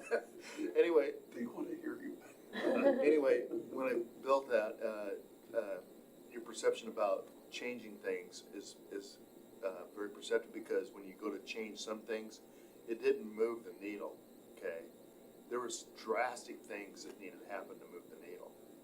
And so, you're absolutely, that's that macro-micro thing. Well, as an example, we have on page 167, a new item, a hazardous waste event, $50,000. Is there any real reason that we need that? Go ahead, It's Jeff. 100% grant funded. Yes. It's not new, we've been doing that for years, and it's 100% grant funded. Well, we've been doing it for years. What does that buy us? It's grant Let's funded. get rid of lead paint and We don't let's- pay. It's dollar for dollar grant funded. So if we get rid of that, we also get rid of the money that funds it. Oh, okay, yeah, that was one item. We had a person quit in accounting, and as I understand, that was the person that was chasing vans and looking for sales tax. And do we really need that? I'm guessing that we don't benefit a lot from hiring a person to go out and try to look at the vans in neighborhoods and see if we're getting our sales tax. The answer to that, we never got to sales tax because we've been training in our department. And so I need that position and I plan on hiring it. So if we, We already don't get everything done that we're supposed to get done to be compliant in finance. To be compliant with GASB and to be compliant with State Auditor's Office. We struggle to make it. so, well, we just go with a deficit and let the people understand that we can't do anything about it. At least you know that you got one coming. But, you know, it's the job of the council to make a decision, decide whether we can change things or not. If we can't change things, then I guess we stumble along and eventually we got a big problem. So the council can certainly target positions to let go. It's gonna be my job to try to explain the effect of that decision. Well, we haven't had a parks planner for a bit, and so we would save some money if we didn't hire a parks planner. And we hired consultants to do projects that we needed done. Is that not true? I'll let, if Jeff wants to. So consultants require supervision and management, they don't run by themselves. And the parks planner, Don just mentioned, we've got a $500,000 grant that we can't use without a parks planner, because I do not have the bandwidth to do that project. Well, I guess we just live with a deficit and let the people understand that we can't do our jobs. That's a decision you can make, but it's gotta be a collective decision, okay? I understand that. I don't make that decision. It's me and But 6 other you people. do understand the fact that, I think, personally, I already mentioned it, I think you're sacrificing the citizens when you make a decision like that. If that's your decision, that's what your part of that decision is you're sacrificing the citizens. Sacrificing them? Yes, you are, because you're not building a parks project. The money's in capital. That position is all paid, 65 or 75%, I don't remember the number, is paid out of capital. It's not even the general fund, so you're not gonna move the needle anyway when you go to cut that position, which is what I explained last time, that It moved some, probably not significantly. 25,000, big deal. You didn't get a project for $500,000 built. And the legislative grant for the dock, that same position is gonna do that project, so without that position, that project won't get built. And then so our legislators that gave us that money will say, well, sorry, we can't spend it. And you know, if you let your infrastructure go, it's gonna cost you money to shut it down, because you gotta remove that dock, because it's not unsafe. I was out there just a couple days ago. It's still functioning, but it's not in great shape. It's my opinion. I just elevate really quickly too. I think we had one of our best, because I personally don't think we talk about it enough. We had one of our best years in terms of like return on investment from grants with the legislature, with the county as well. And I think having those folks in those positions was what got us that, quite frankly. Having the parks planner, having actually engaging with the lobbyists. You know, I've talked with our delegation and they were like, hey, if there's not a, you know, other cities in this legislative delegation ask consistently us for money. Newcastle does not ask, and surprise, surprise, when we ask, we receive. So I think that part is not being elevated, that these folks that we're paying far less than the grants that they're returning in, and I think that should be recognized. And I personally I feel like it's very much oversimplifying their jobs if we're just talking about those things and we're not mentioning those elements. Because those elements, I really feel strongly do need to be mentioned of what they're bringing back to us and what they have brought back to us. I'll give you another example. It cost us $80,000, and it could have cost us $120 by not having that position. Was we had to give money back, and our city attorney expended money to get it negotiated down. But we gave back I think it was $60,000 to one of the from Richmond Homes because we couldn't spend all the tree fee in lieu because we didn't have anybody to spend the money. Thank you, Carol. And so that was something we had to do because we didn't have the bandwidth, using Jeff's term, which is true, to even do that. We're giving up $20,000 every year in false alarms, and I hate to say it on YouTube, but it's the truth, because we don't have the bandwidth and finance to bill them out. So there again, we can't get everything done. Yeah. So you give up money by cut my point. I mean, this is just it's just classic trade-offs, right? There's a trade-off for everything. I mean, if we sacrifice staff, we sacrifice the long tail of benefit that staff member can bring us in terms of projects that are getting done or money that's currently on the table. I mean, that's just, and it occurs with everything on this. And to identify a cut, you also have to identify the long tail of benefit that you are sacrificing because of that cut, right? It can't be just, this is $10,000 for a facilitator. If we have an offsite and we have it budgeted for $8,000 for a facilitator, and we find one that's $2,000, that's great. We don't spend $5,000 on a facilitator, but I'm of the mind that we should hire a professional facilitator. So because the long tail of benefit is we probably get more done or we have a better offsite. So when you come with the cut, you better also communicate the long tail of benefit that you're giving up, because that's important. And I want to hear I want to hear the trade-off. I want to see you say, hey, no park planner. You also need to communicate what you're giving up, because it's not enough for me to hear I want to cut $50,000 for this staff member. What's the long tail benefit that you're also cutting? And also a plan for avoiding the impacts of that. It's kind of like you come with a problem, you better have a solution. Right, and to say that we're here to solve problems. I mean, the money is part of the tools that we solve problems with, but we're here to solve problems and create benefit, and it takes money to do that. So if a problem can be avoided by removing money, by cutting money, if we've solved the problem, then great.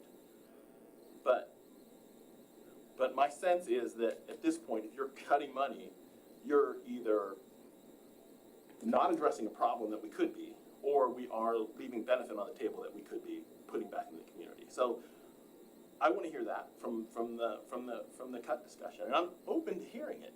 And I just want to say that, but it can't be just $50,000 is too much money for this line item. It doesn't mean anything to me. Tell me why. Yeah. Tell me what the plan is. Right. But also, I think just pointing out the idea of a budget being a planning document is really important to keep in mind, because if we were to, let's go back to the facilitator examples, just we keep using that one, but if we were to cut that to whatever, 5,000, and then the city manager can only find someone that charges a little more than that, then we have to do a budget amendment to be able to allow that to happen. So you do, fortunately, unfortunately, have to have a little bit of buffer space and have faith in our staff that they will look for every opportunity to come in under budget. And they do, and historically, Newcastle pretty much always comes in under budget. So, under budget, not revenues versus expenses, the budget, right? So it's important to give that, when you're thinking about efficiency in running the city, having that room for staff to be able to make those decisions is important. And so that's why I support maybe giving a little more in the budget than what they're actually gonna spend, because then it just makes things run better in the long run, in my opinion. Over my span of 38 years, the smaller budgets like facilities, street fund, I budgeted for contingencies because, and it used to be in Oregon, at a line item, they used to have what they call an LB form, and you filled it out manually, just long before Excel. And you fill it out manually, and they recommended 15%. That was back then. We don't budget for any contingencies. We just underspend our budget. And if we don't, which you're gonna hear, especially with the equipment rental fund, because of price of fuel, price of repair bills, there is no contingency. And so, anyway, so thank you for saying that. So I know everybody's focusing on my pointing out that $10,000, right? 'Cause that just stood out. I'm just using it as an example, yeah. As if that cut's gonna save the budget, But right? Robert, it's not that example It's because, just an example because there wasn't any information, right? And it seemed extravagant, right? So that's the kind of things that I would like to point out because, sure, the staff has flexibility, right? But what happens is because the numbers are perhaps higher than they could be, then we make decisions like taxing the public based on those numbers. So that's why, to me, it really is important to dig into what exactly is a line item and can we do something about it, right? So that's my point, right? If I didn't make it first, then now it's clear, right? So we make long-term decisions on all this stuff added up together, so that's why we do need to. And I will send a list to Scott and Yeah. he can send responses to everybody, right? And to be clear, David, I'll ask for your shirt and tie next time so I can take pictures with it. And I'd be fine with you taking a picture, I don't care. to be clear, I think it's important to ask those questions like you're saying. I think, and I'm not saying you should stop asking those questions, so I hope that's not what you're hearing me say. But I think it is important, that's what I was saying is, that's the point of this discussion, is to ask those questions and then have staff be able to, if they can answer it right then, great. If they have to come back, fine. We have the time to do that now. We shouldn't be asking these questions when we're trying to make a motion, is my point. And I don't think that's what we're doing. I just wanna make sure that everyone is thinking about that future point when we're making motions. We should just be ready to vote on those motions instead of like asking the questions. So, in a larger question, and I'll just keep going, then, if we look out here and we just preliminary budget, right, where we project, bigger and bigger deficits throughout the forthcoming 6 years, right? So let's assume, and I'm not saying we're gonna do it, right? So let's assume we get a utility tax and a transportation district, and we tax the golf course. We're still gonna have deficits in 6 or 7 years, right? Well, do you want to? Hold on, right? So, at some point, as a council, we're gonna say we've taxed everybody to the hilt, there's nothing left, what are we gonna cut? So it's always the time to say what services are critical to the community, and that is a discussion, because we didn't have a retreat this year, or a study session, we need to start talking about what does the long-term, because it's coming up, regardless of what passes, that we're gonna need to know what is viable in the future for the city. Is it continued level of service forever? And if so, what are we gonna do when we eventually run out of additional revenue, assuming we revenue everything? All right, that's my point, and so it's never too soon to say, all right, this position, person, facility, whatever, proper. Okay, I want to answer part of your question. I think some of that solution is the facility, or the sustainability plan that I built. You can kind of Okay, see that. let's take a look at that. So, but before I do that, I want to mention this. You say tax our citizens to death. We have 39 communities in King County. 2 of those 39 do not have a utility tax, a B&O tax, or a additional admissions tax. None of them do. Newcastle doesn't have that. Sammamish is the other. Sammamish has maybe bigger problems if their development revenue goes down, but they have room for growth. We're only bound by 4.6 square miles, so our problem is exasperated. But we're not taxing everybody to death. They're used to it. If we were full to go to Bellevue, for example, which I've heard before, you'd be paying those taxes, all of them, and way more than that. Often when somebody asks me for a business license, they ask what else do we have, and it usually comes to me for those kind of questions, is what are the other taxes that come with it? And they go, really? You don't have B&O tax? Wow, that's great. And they're surprised. So we don't have a lot of tax. We have the three revenue streams. And I get it, and my point is, even if we added all the taxes, eventually we're gonna have these questions, right? That's- Now, or some future council, right? Right? We Well, gotta that's start what- asking them now. That's why we have a planning document. That's why back in 2 years ago, when I did suggest a utility tax, okay, we could have lowered the property tax and done the foregone amount. We could have tweaked some things. We didn't have to go for the full enchilada of 6%. We could have went for 1 or We 2%. didn't go for the full 6%. I think we only went for three. 1 or 2, didn't we? I go 3. We didn't even do that very much, okay? So it's kind of, and then COVID hit, you know, that was unprecedented. So a whole bunch of dynamics hit at the same time. Do you hear me? I agree, yeah, I agree. Start over. My ears are plugged, so I can't tell for sure. I don't know if they heard you, but I heard you. Barely. All right, I'm gonna continue on, and, I don't know where else you See want your to lead. your sustainability. So before we jump on that, if you guys have specific places where you would at least have suggestions or otherwise, if you'll get those to me, I'll at least get numbers out to everybody and say, you know, just so, especially, again, I'm gonna harp on, you know, being new, but my approach right now is gonna be that my intent is not to tell you, no, we can't do that. It's gonna be, this is what we think the effect of that is. Maybe before we move on to what Don's bringing up, I just wanted to highlight the memo that Scott put out, about especially answering the question, what is the bare minimum required to run the city? And I think that was well laid out, so thank you for that. But I am curious to know to hear from others how they feel about that.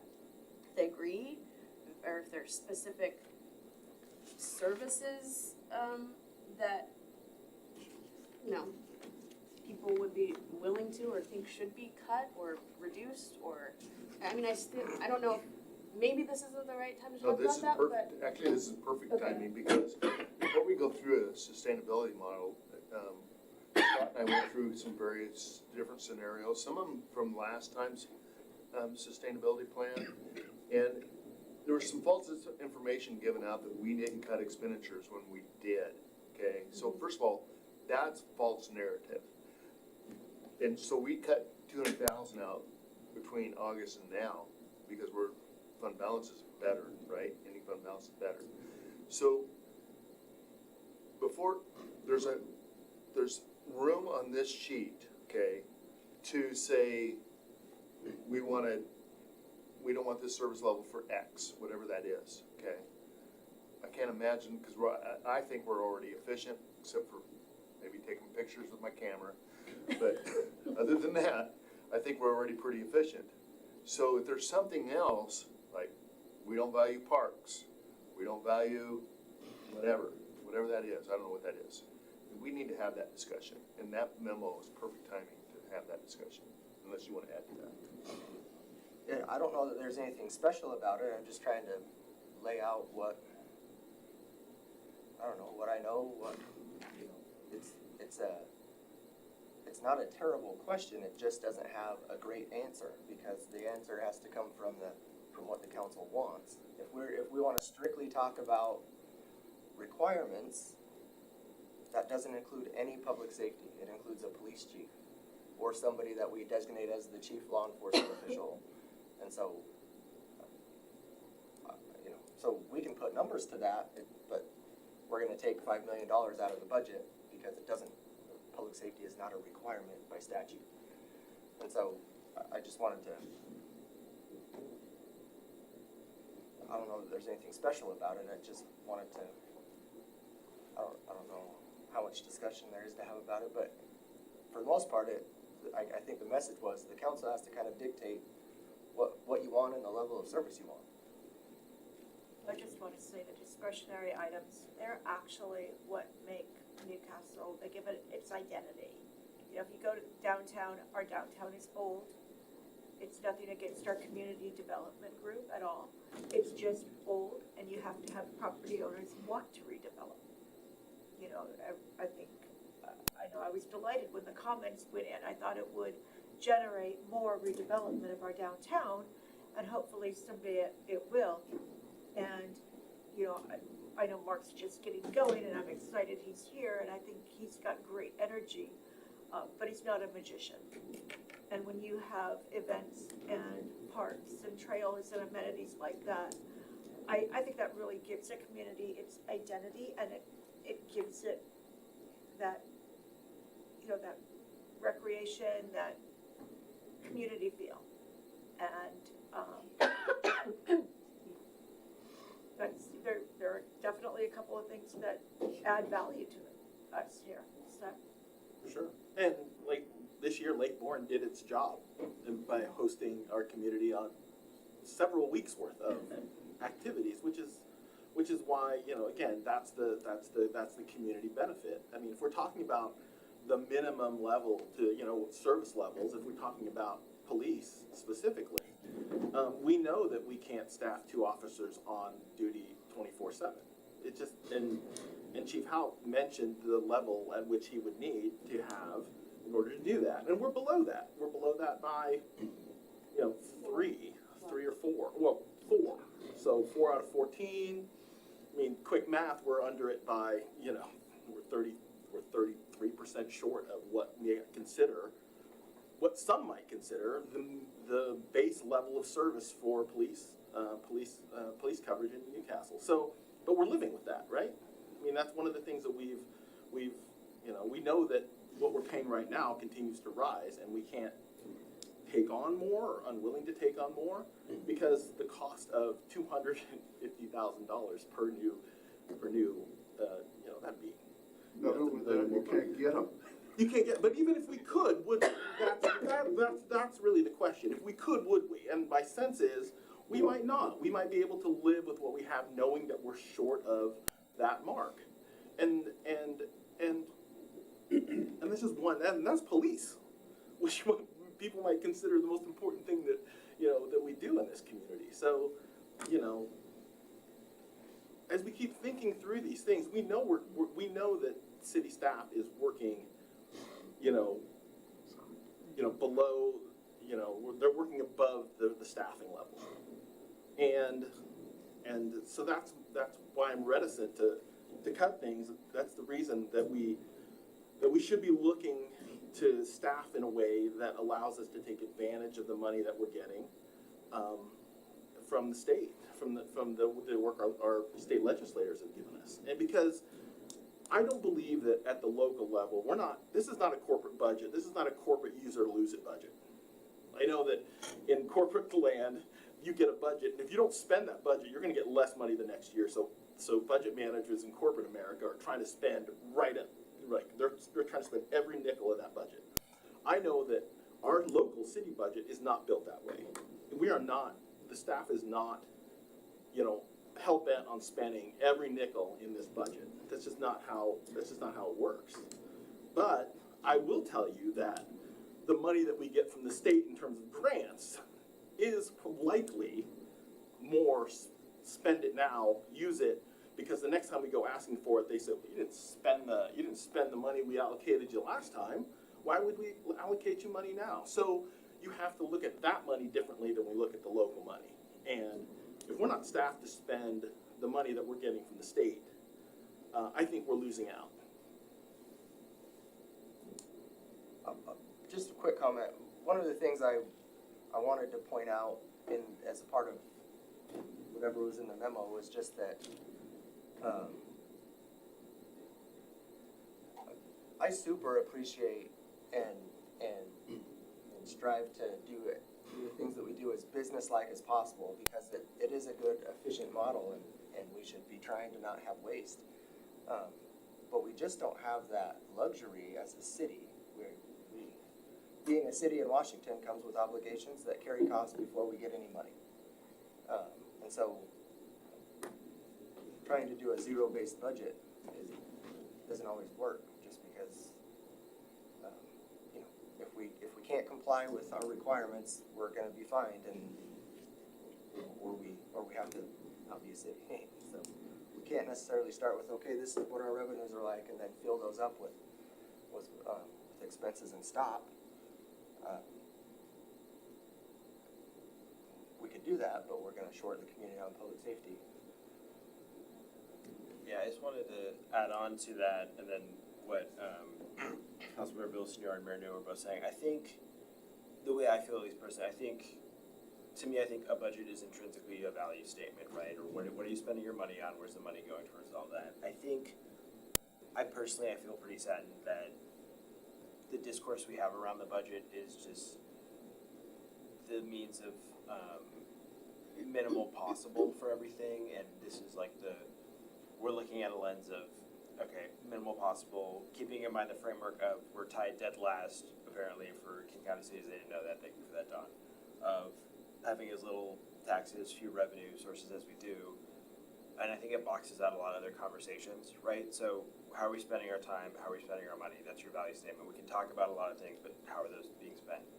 I think, reasons I wanted to pursue endeavors like an AAPI Commission for Our Citizens, like a Community Economic Development Council, is because I wanted to engage. I think there's more room for things we can do that by engaging in them, they enrich our community.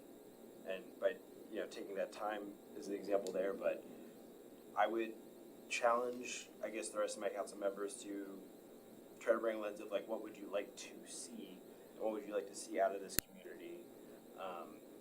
Because I personally don't believe that, every form of government is, bad or anything. Like, I would love to have a conversation about putting a small amount of money into an interlocal agreement with nearby entities to have potentially a mental health responder along with our police nearby. Other cities are doing it. It wouldn't be a massive budget projection. It would be, there's framework for it. Our chief says he wants it. There's conversations like that I want to bring up, but it's just all the oxygen is sucked out of the room if all we do is talk about what is the minimal literal we can possibly do. And I don't think that's doing respect to our citizens. I don't think it's doing right by people if that's the lens we take. I think it needs to be, what do we want to see?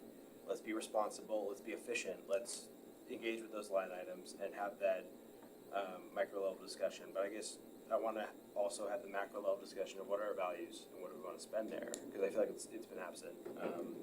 Not for a lack of good ideas from people. I know folks have really great ideas with that, but just we have to spend so much time, I feel like, honestly bickering about these little minutiae that we don't have that conversation, and that it's something I would challenge and like to see more of in the future. I want to say something else that Washington reminded me actually of it. So for 38 years, I've been a finance director, okay? And when I, in every organization I've worked, the department heads didn't get to add to their budget payroll personnel costs. They couldn't, and if they had reductions, they couldn't use it somewhere else to spend their budget, to your point, which is why you reminded me of that. And in Washington, it kind of lends itself to the way the law reads to do the very practice that I've been doing for 38 years, and that is you can't adjust anything unless it goes through salary and benefits, and you can't adjust it unless you change the salary schedule.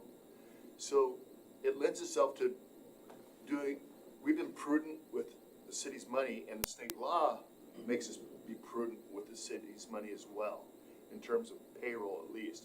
And as I said before when I started this meeting, we are in the service business. We're not in the widget building business. We don't do that. We don't produce something. We produce roads, better roads, and we produce parks, enhanced parks, but still it's services that we're providing. And so I just wanted to mention that because that's one of the reasons we're always under budget.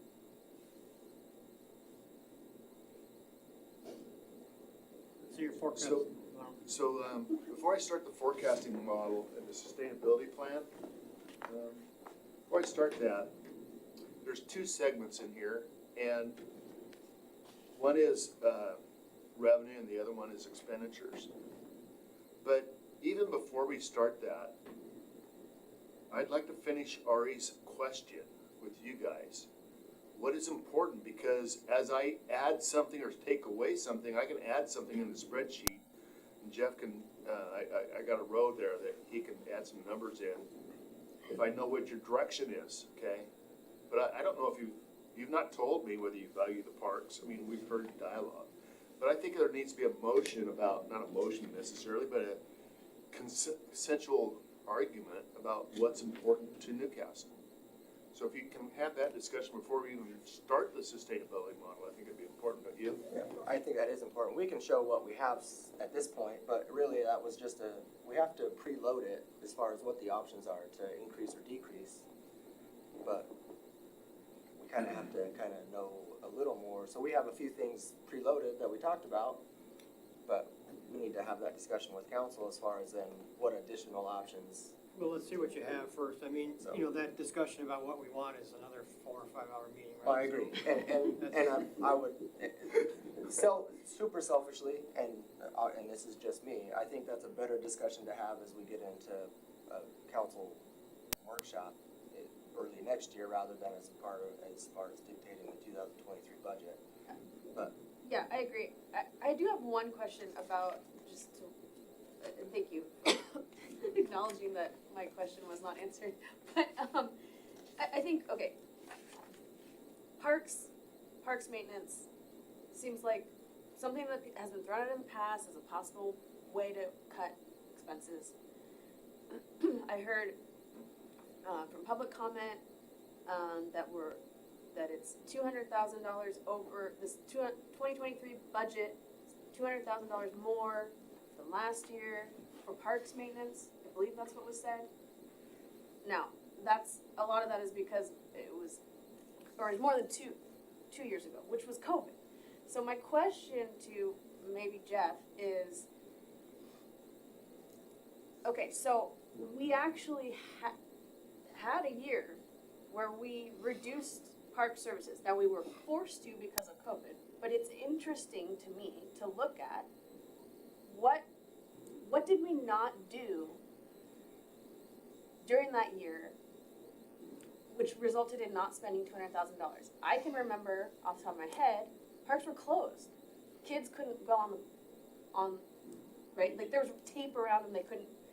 You didn't spend money on custodial because the bathrooms were closed. Mhm. That's what So I guess my point is, it's easy to throw out, okay, there's this $200,000 difference between It's 2020. 111, by the way. Okay, $111,000 2 years ago. difference from 2020 actuals to 2023 budget. But I think it's really important to understand why there's that difference, and what that resulted in reality in 2020 was kids could not play on park structures. People could not use the restrooms at the park, right? So that's what we're talking about when we're talking about reducing services. That's what we would have to do. Am I correct in saying that? Or is it more nuanced, Jeff? I think, so the difference, here's 2020. So salaries, look at the salaries dropped by almost half. That's because we had 2 FTE positions that quit in the early part of COVID, and we did not hire them until near the end of the year. Actually, they did it next year. So that's significant. You can see, right now our budgeted in 2022 is $210,000 for parks maintenance staff. Actually, $356 when you include everything. And here in 2020 we spent $175, so half. So Jeff, I know that we can hear you, Yeah. but on the stream, they probably cannot, All right. because that is the only microphone that's picking up, it's just over the table. Yeah.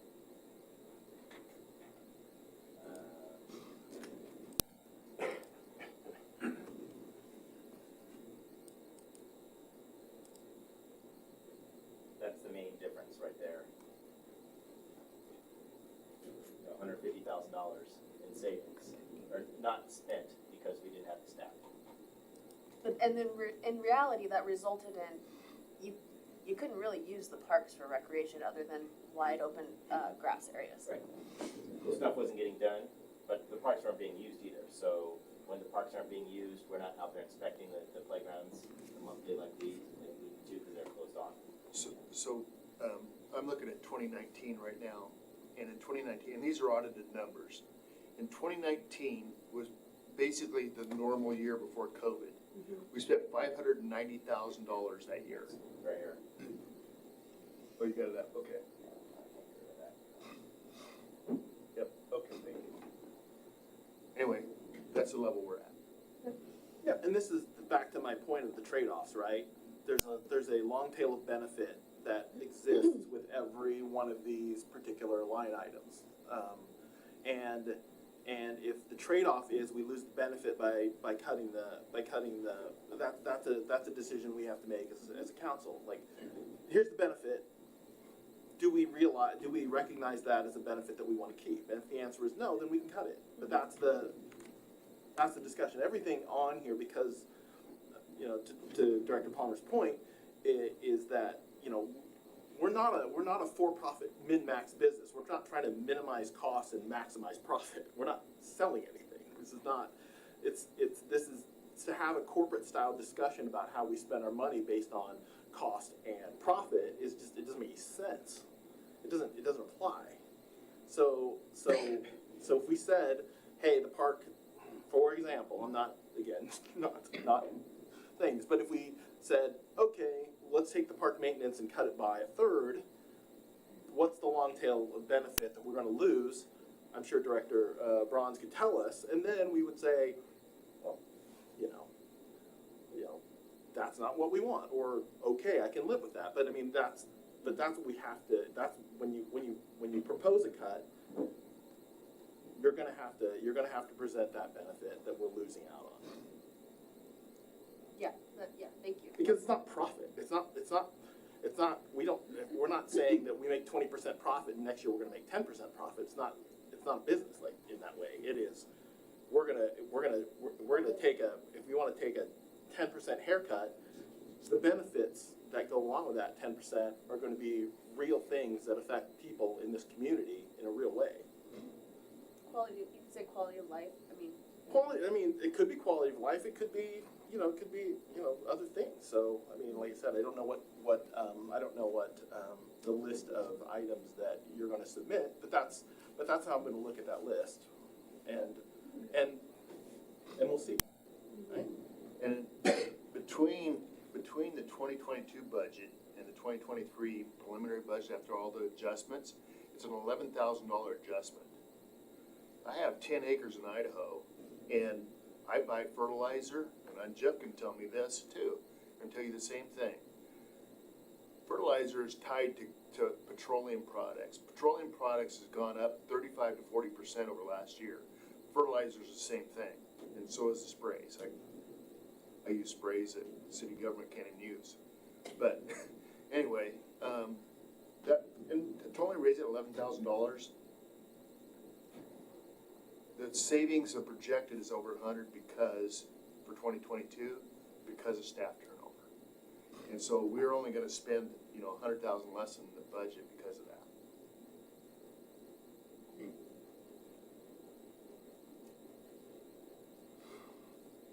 Okay, you want to talk about our Jeff? You want to get into it? So I have it on my screen so because I can't see that, just like you guys probably can't. So Jeff, make sure all of the zero, it is. Will you change that 1 to 0, please, on the expenditures? Upline on expenditures to your right on column H 27 to 0. Okay. So this is what you see in your budget right now, is the way this graph is. Okay, $950,000 shortfall in the general fund. This is all general fund. Now, the first line item is a 6% utility tax implemented on January 1st of 2024. It's gonna take time to implement one. The second line item is implement utility tax in April 1. Third one, and these are all 6%. The third line item, and we're not switching any of these on you, I'm just explaining it to you before we do. The third line item is implement a 6% utility tax in 2025. The fourth one is implement a partial utility tax of 3% and effective 2024. Implement an excess levy, which is 50 cents per assessed valuation, which turned out to be pretty significant because we increased the assessed valuation $1 billion, which was a surprise. That's a windfall if you did that. And it's for public safety, or it'd be for public safety. All these probably would be. The other one is a negative donations for activities, and the reason I put that in there is because the email that everybody received, and it's the donations line item, so you have to turn that on if you reduce one of the expenditures, okay? So it's negative. The last one, which we've heard from some of the council members, is implement a 5% utility tax, okay? Or, excuse me, admissions tax. Thank you, Jeff, I think I heard you. So, and then below that is expenditure reductions, okay? Now, we're off 900 and some odd $1,000, so if you eliminate 4 officers in 2023, that would balance the budget, that's why it's there, okay? To be clear, the only reason we threw that on there was just the whole, if we needed to be new revenues meet new expenditures, and we were talking about the minimum required, and so I was like, well, how many officers would that take? So that's the only reason that's not a suggestion, it's just that. It's just on there. And then 2024 would be reduction of 2 officers. Because we're pretty sure you'd find out 4 would be horrible, but even 2 would be horrible. Eliminate 4th of July is on there as a third, second one, bullet, okay? The third bullet, or 1, 2, 3, the one after that is eliminate Newcastle days. And then the next one below that is exclude every event that the city of Newcastle has, $115,885. And then it's just to eliminate 1 police officer is the last one. And then I added one because I'm not sure what you guys would say, but it was to eliminate expenditure reductions, and I'm not sure what that would entail. So far, I can take your picture and save $5,000.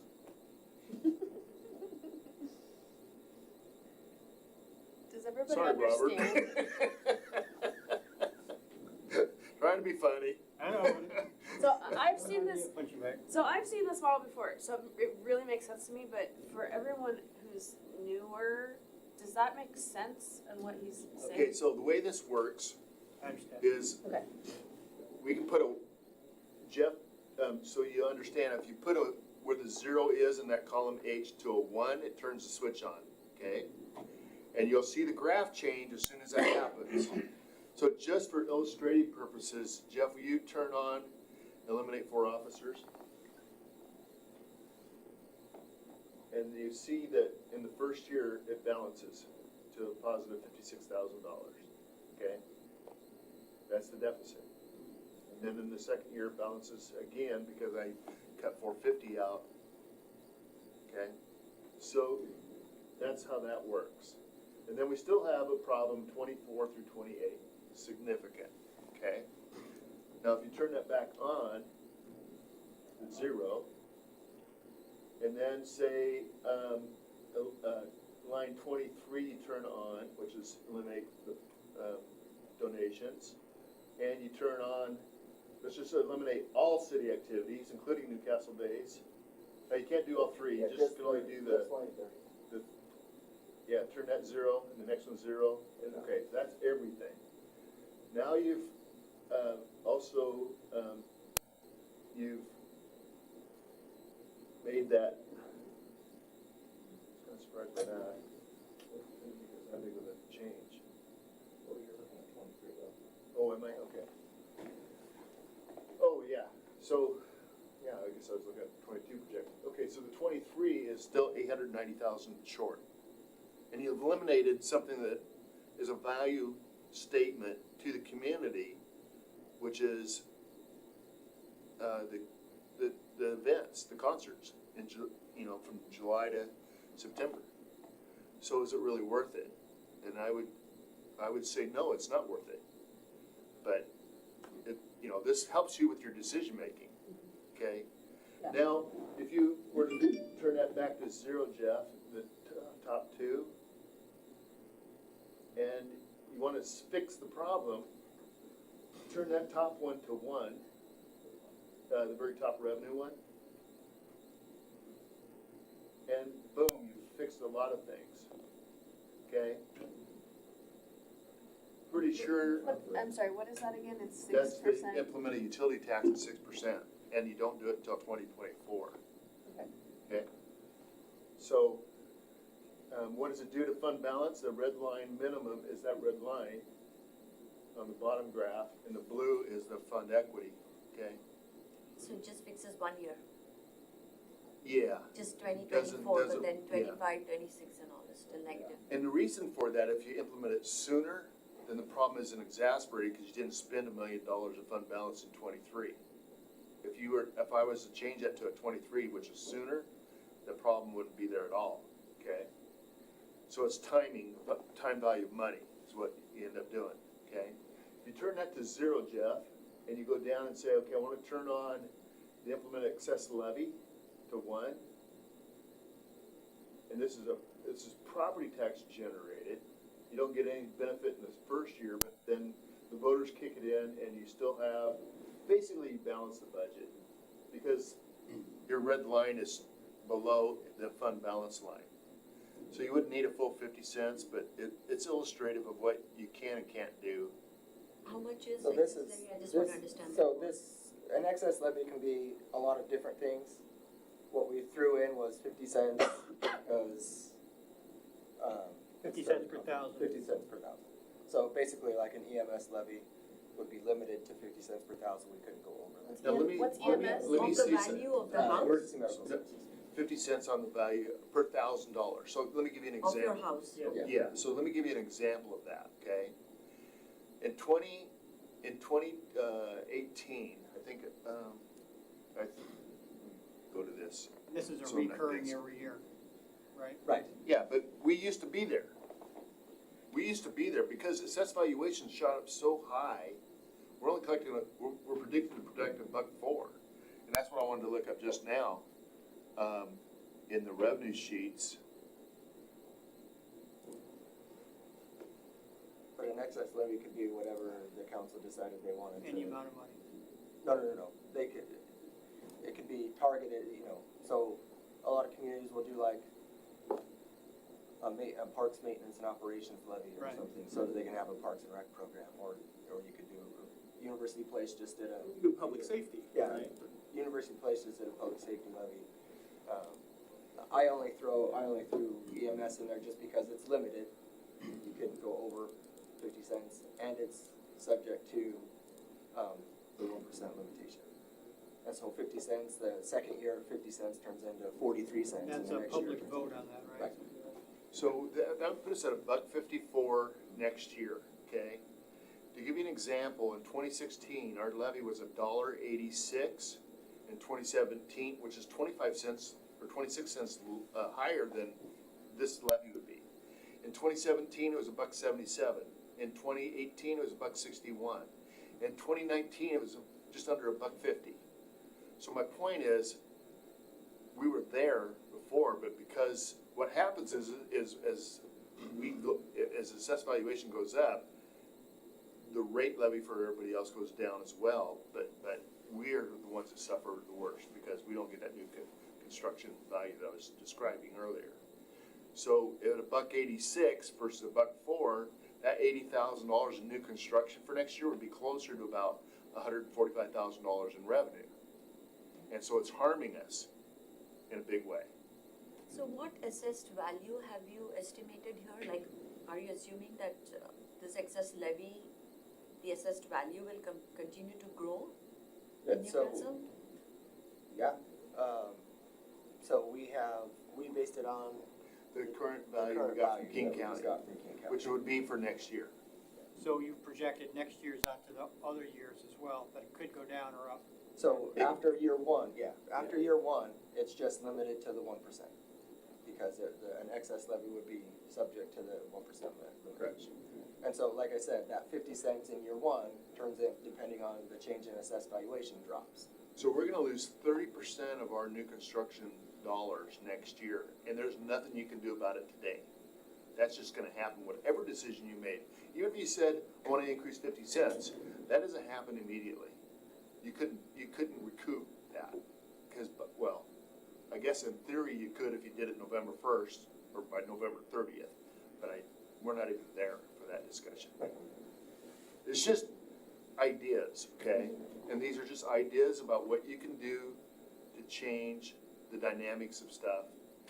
And then we can implement both, you know, we talked about that, but I wasn't comfortable with changing city activities or whatever.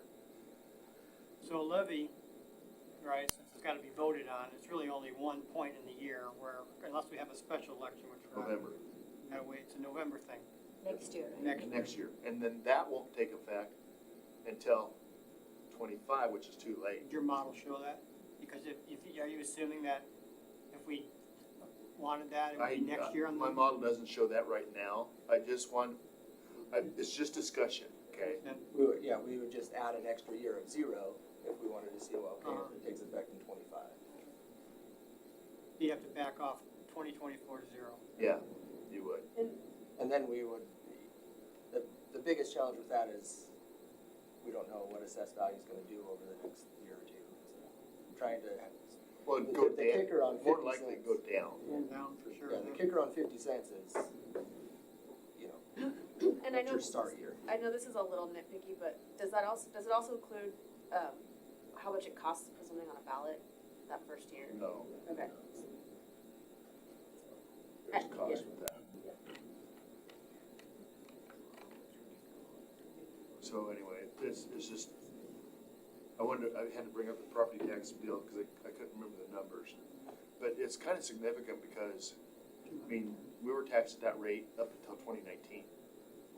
More so, actually. So could you tweak the model for, because nothing we'd be able to do would take effect until 24. Right. So So Jeff put a zero, yeah, so, Jeff I mean, Jeff put you a could- zero you could just- in the line that says implement levy in 2024, 0. So we gotta do Hard code 0. hard code that C 22 to 0.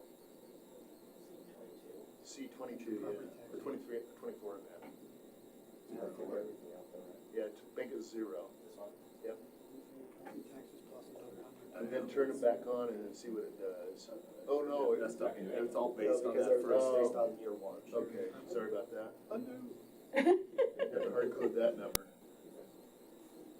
And then you can 0 it. 50 is the maximum.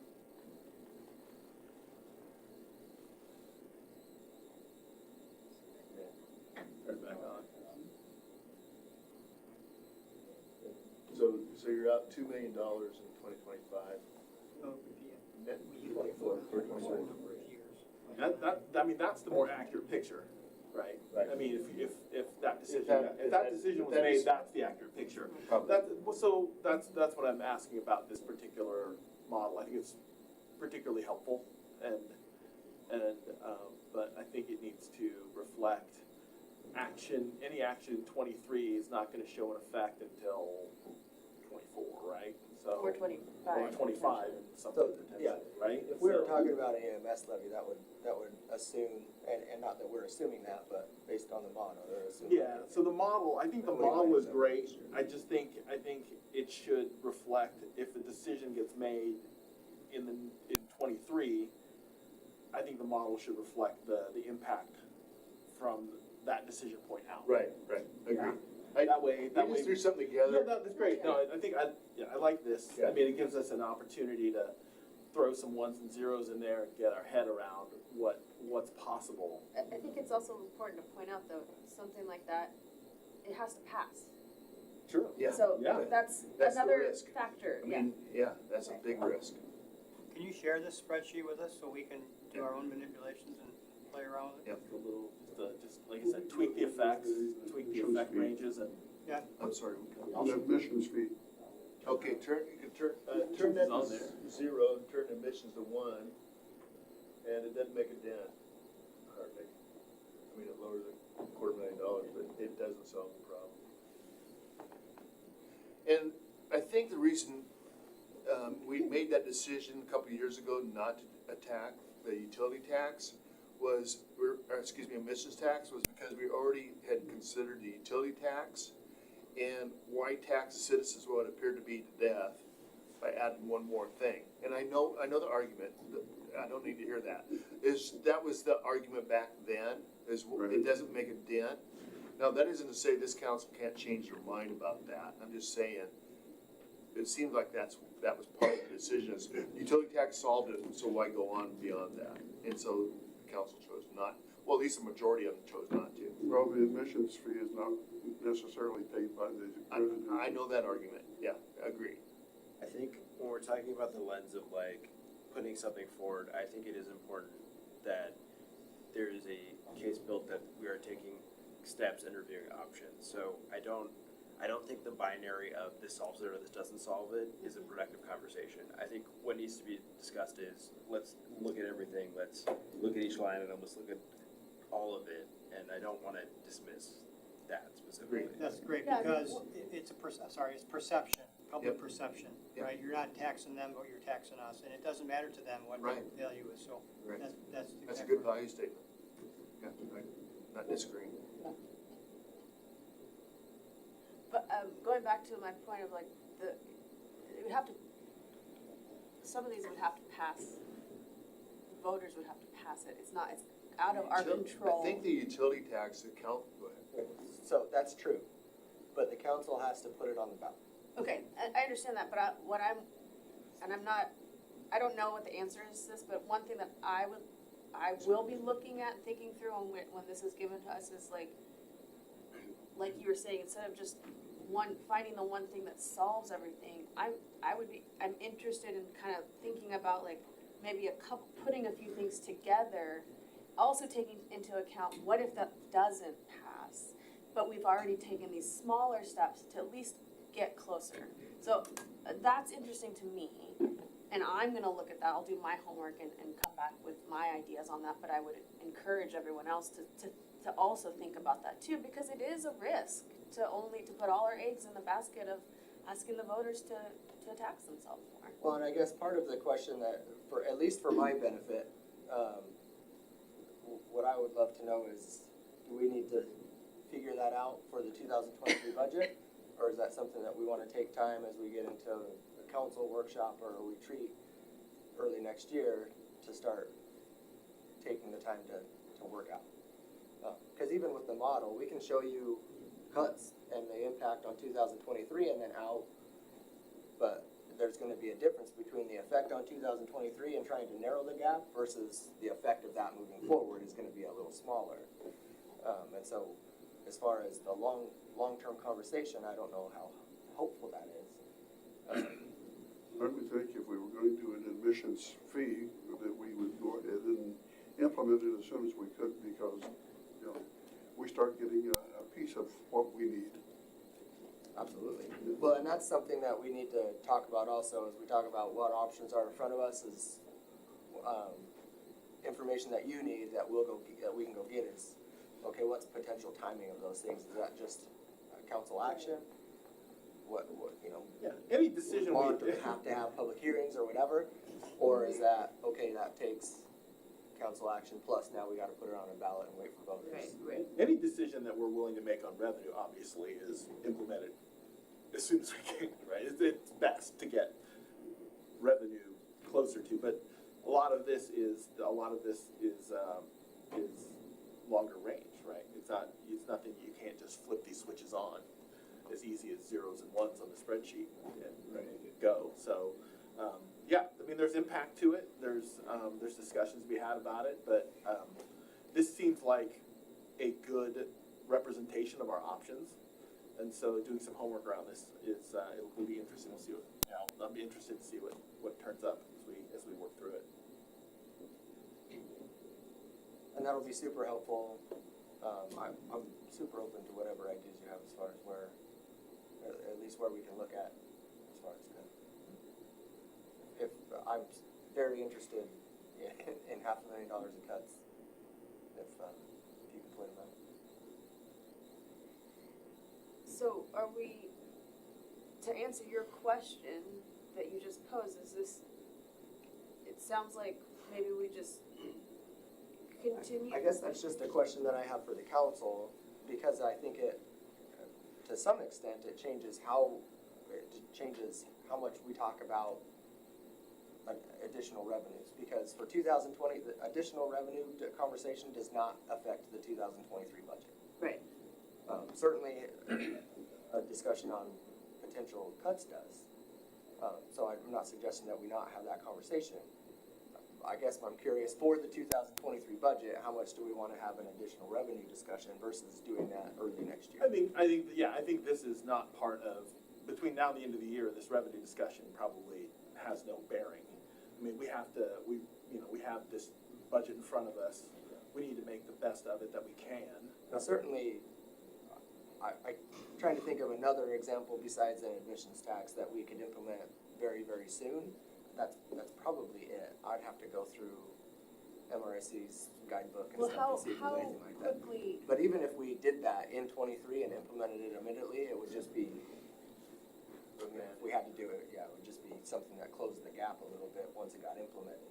It's not something that we would but so, necessarily have to. so anything, any council, For the '23 budget. any councilmanic revenue sources, meaning we don't have to go to the voters, when I say that's what I mean by that, would still probably take, 6 months into 2023 to actually start? Or maybe not, I don't know. Maybe you can't answer that I right now. think you have to flush it out, and when you're flushing it out, that generates a whole lot of discussion. You get public testimony coming in. I mean, remember last time we talked about admissions tax about 4 years ago? The golf course folks came in, the YMCA folks came in, because this impacts them too, the YMCA. And so that is a public process you just have to go through. Okay, So yes, to answer your question, I know that I kind Yeah. of paraphrased it, is that it might be councilmatic, but you still got 6 months or more that you've got to. So really, I mean, so it is, thank you, I just wanted to really make sure that it's a reality that any new revenue sources really would not take effect. We should really only be thinking it at 2024 at the earliest, and some of them might not even be till 2025, that's possible. Yeah, it just depends on what the council decides to go after and process. Have you guys thought about land use fees, increasing the land use fees or development fees to adjust to inflation now that everything is going up? So we just, before Mark answers his answer to that part, we just did that fee resolution, I think it was February or March, I'm trying to remember when that went to council. Last year, right? Of this year. Yeah, we just voted on it. Was it last year? Can we revise it again and maybe just squeeze a few more dollars from That there? was last. It's, Bainbridge Island, for instance, waited 17 years, and it was a huge jump. And it took them a year just to project that out into the development community, a lot of pushback. So it's best to look at that, but it costs money to do the study. So every 2 to 3 years, look at it to capture those increases. So if they just did it a year ago, it wouldn't help this budget, but 2 years from now, you should relook at it. So why wouldn't you automatically adjust each of the fee levels to inflation or some, why does it have to be studied? I don't understand. So we do that automatically every year. We do that to try to keep up. One thing I was going to talk to Mark about, I'll just say it out loud, is that is the value for building values, and I think they just did look at that. So and what made me think about it was the assessed valuations go up 33%. Then the building values also go up because it costs more to build a house if the market rates are 33% higher. And trust me, government is always lower than the market, always. It's always been that way. Doesn't matter what state you're in. It's always like that. So you're saying that the fees are already going up every year for inflation? You're saying that already, right? No, fees are not going, it's as a percentage of the land, but then your actual If the fees fees are. adopted had a kicker that will increase a certain percentage for inflation every year, that would be that ordinance. What I'm referring to is the fee that you charge for a review service, and that changes over time, how many hours you put in, and you need to study it because it needs to be defensible. Thank you, I'm actually referring to impact fees, yes, that's what I'm, right? So, Impact fees do go up. Impact fees do go up based on, based on the construction index, so I think this year went up like 8%, what I'm significant. great, all right, thank you. And those can only be used for capital. Jeff, Paul White, go ahead. that's the thing. I was gonna ask is the question, can we use the fee schedule to make up the difference in a budget deficit? There are limitations, I believe, that Right. the director might be able to. Yeah, it depends on the type, like a building permit is one type, an impact fee is another type. How much I charge to review a subdivision application is another type.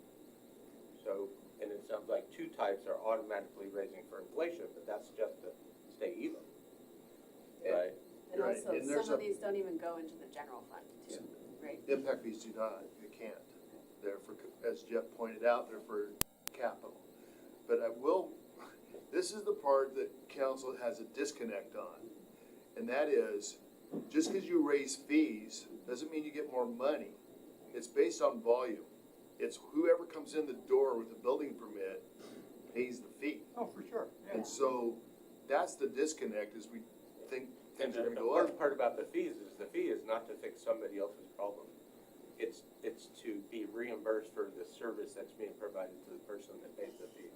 Or the percentage of, to mitigate their share of the impact, not to fix the other 90% of the impact. Impact fees cannot be used to fix existing deficiencies. Yeah. That's against So, the law. so I think the important thing is to keep raising them so you don't get sticker shock, but stay ahead of inflation, and then at least that pass-through element is not bogging down your budget. To Don's point though, how elastic is the demand for volume in regards to the fees going up? Well, My experience at Bainbridge Island was, we don't care what the fee is, we just wanna know what it is, Yeah. and we factor it in, it goes into the cost of the house.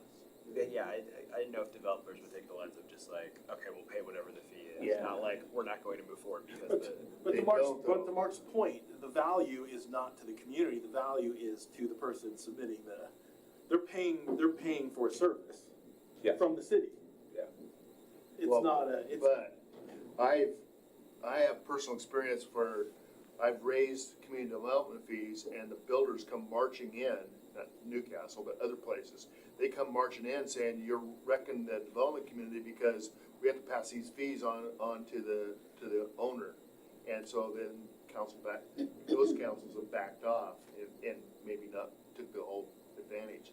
That's why you have a consultant come in, especially with the one thing that FCS didn't do, which we need to talk about, is the high inflation number. When we did it, we did not impact or think that we were gonna have 14% inflation. 3. Yeah, They probably put 3 in there. probably put 3. But the point is, the point is the value has to matter. I think I agree, but I think where Prado was going was, so this year we're budgeting $1.3 million in development revenue. Are we looking at that increase? Am I wrong? No, I was just asking if there's an opportunity, because just like admissions fee, is there an opportunity to increase, building permit and slightly and generate some revenue? I mean, it would be leaving money at the table because inflation is going up drastically every year, and we are a very strategic location, so I don't think so developers here are really going to care about, $300, $400, $500 up here and there. Right. Because this is a strategic location, and there are projects that are coming. I'm sure those houses are going to sell for more than $1 million. I mean, Newcastle Commons, like just Town Hall is like more than $1 million. So it's just like, is there an opportunity there to generate more revenue? I know we did the land use fee, but then there are some portions that go into the general fund. Can we look at those and maybe every year? And when I spoke to Steve Osgothorpe before he left, he told me the model, they have already built that model, and Erin was also part of it, and the consultants who came, they built that model. model. So now they can use that model and just go and enter numbers. So you don't need, another study or anything. Because the study was done like after 17 years, and that was the first time we increased our fees. So that, again, we left opportunity there for 17 years where we were not doing it. So I think we can, I'm just saying that could be another revenue, since Yeah. we are all three thinking creatively. So An idea I just wanted to throw out there. And as he said, yeah, do you think the builders would care? Yeah, no, you're. Not in Newcastle. You're 100% right about the strategic look, like. That would be an absolute advantage Newcastle has. Location, geography, high service, expectations. This is not South County. A house built here, even in a downturn, is gonna be on the upper end. So if you just squeeze in some dollars here and there, nobody would notice that. And even if they do, I mean, So, hey, But I don't think so they are price elastic here. In a Newcastle. lowering market, you may get more pushback because their profit's gonna be squeezed. They need to sell a home. Yeah, Newcastle is Right now, not, in a rising market, the feedback you get from a builder, contractor, et cetera, is just tell me the number, cause I'm gonna sell this unit. yeah, I they don't care wanna what- waste their time, like, But the that may builders change are. back to like in the eighties, where all of a sudden that profit margin starts to disappear, and you get more pushback on the raising, but that's why you have, I'm calling it a reporter study, only because you want a consultant's name on it, that you studied the methodology and so forth, and not just a planner saying, I think it should be 42. But it doesn't have to be elaborate. Once you have that model, you could add to it, but do it frequently, Yeah, and not wait 10 years.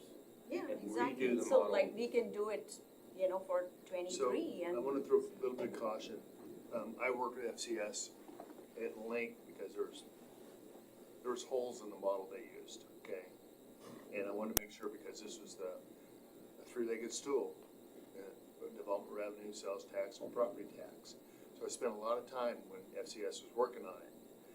What the model they used was the same assumptions that we use right now for how many projects are we doing, which ones, what types, and that was the basis of the model.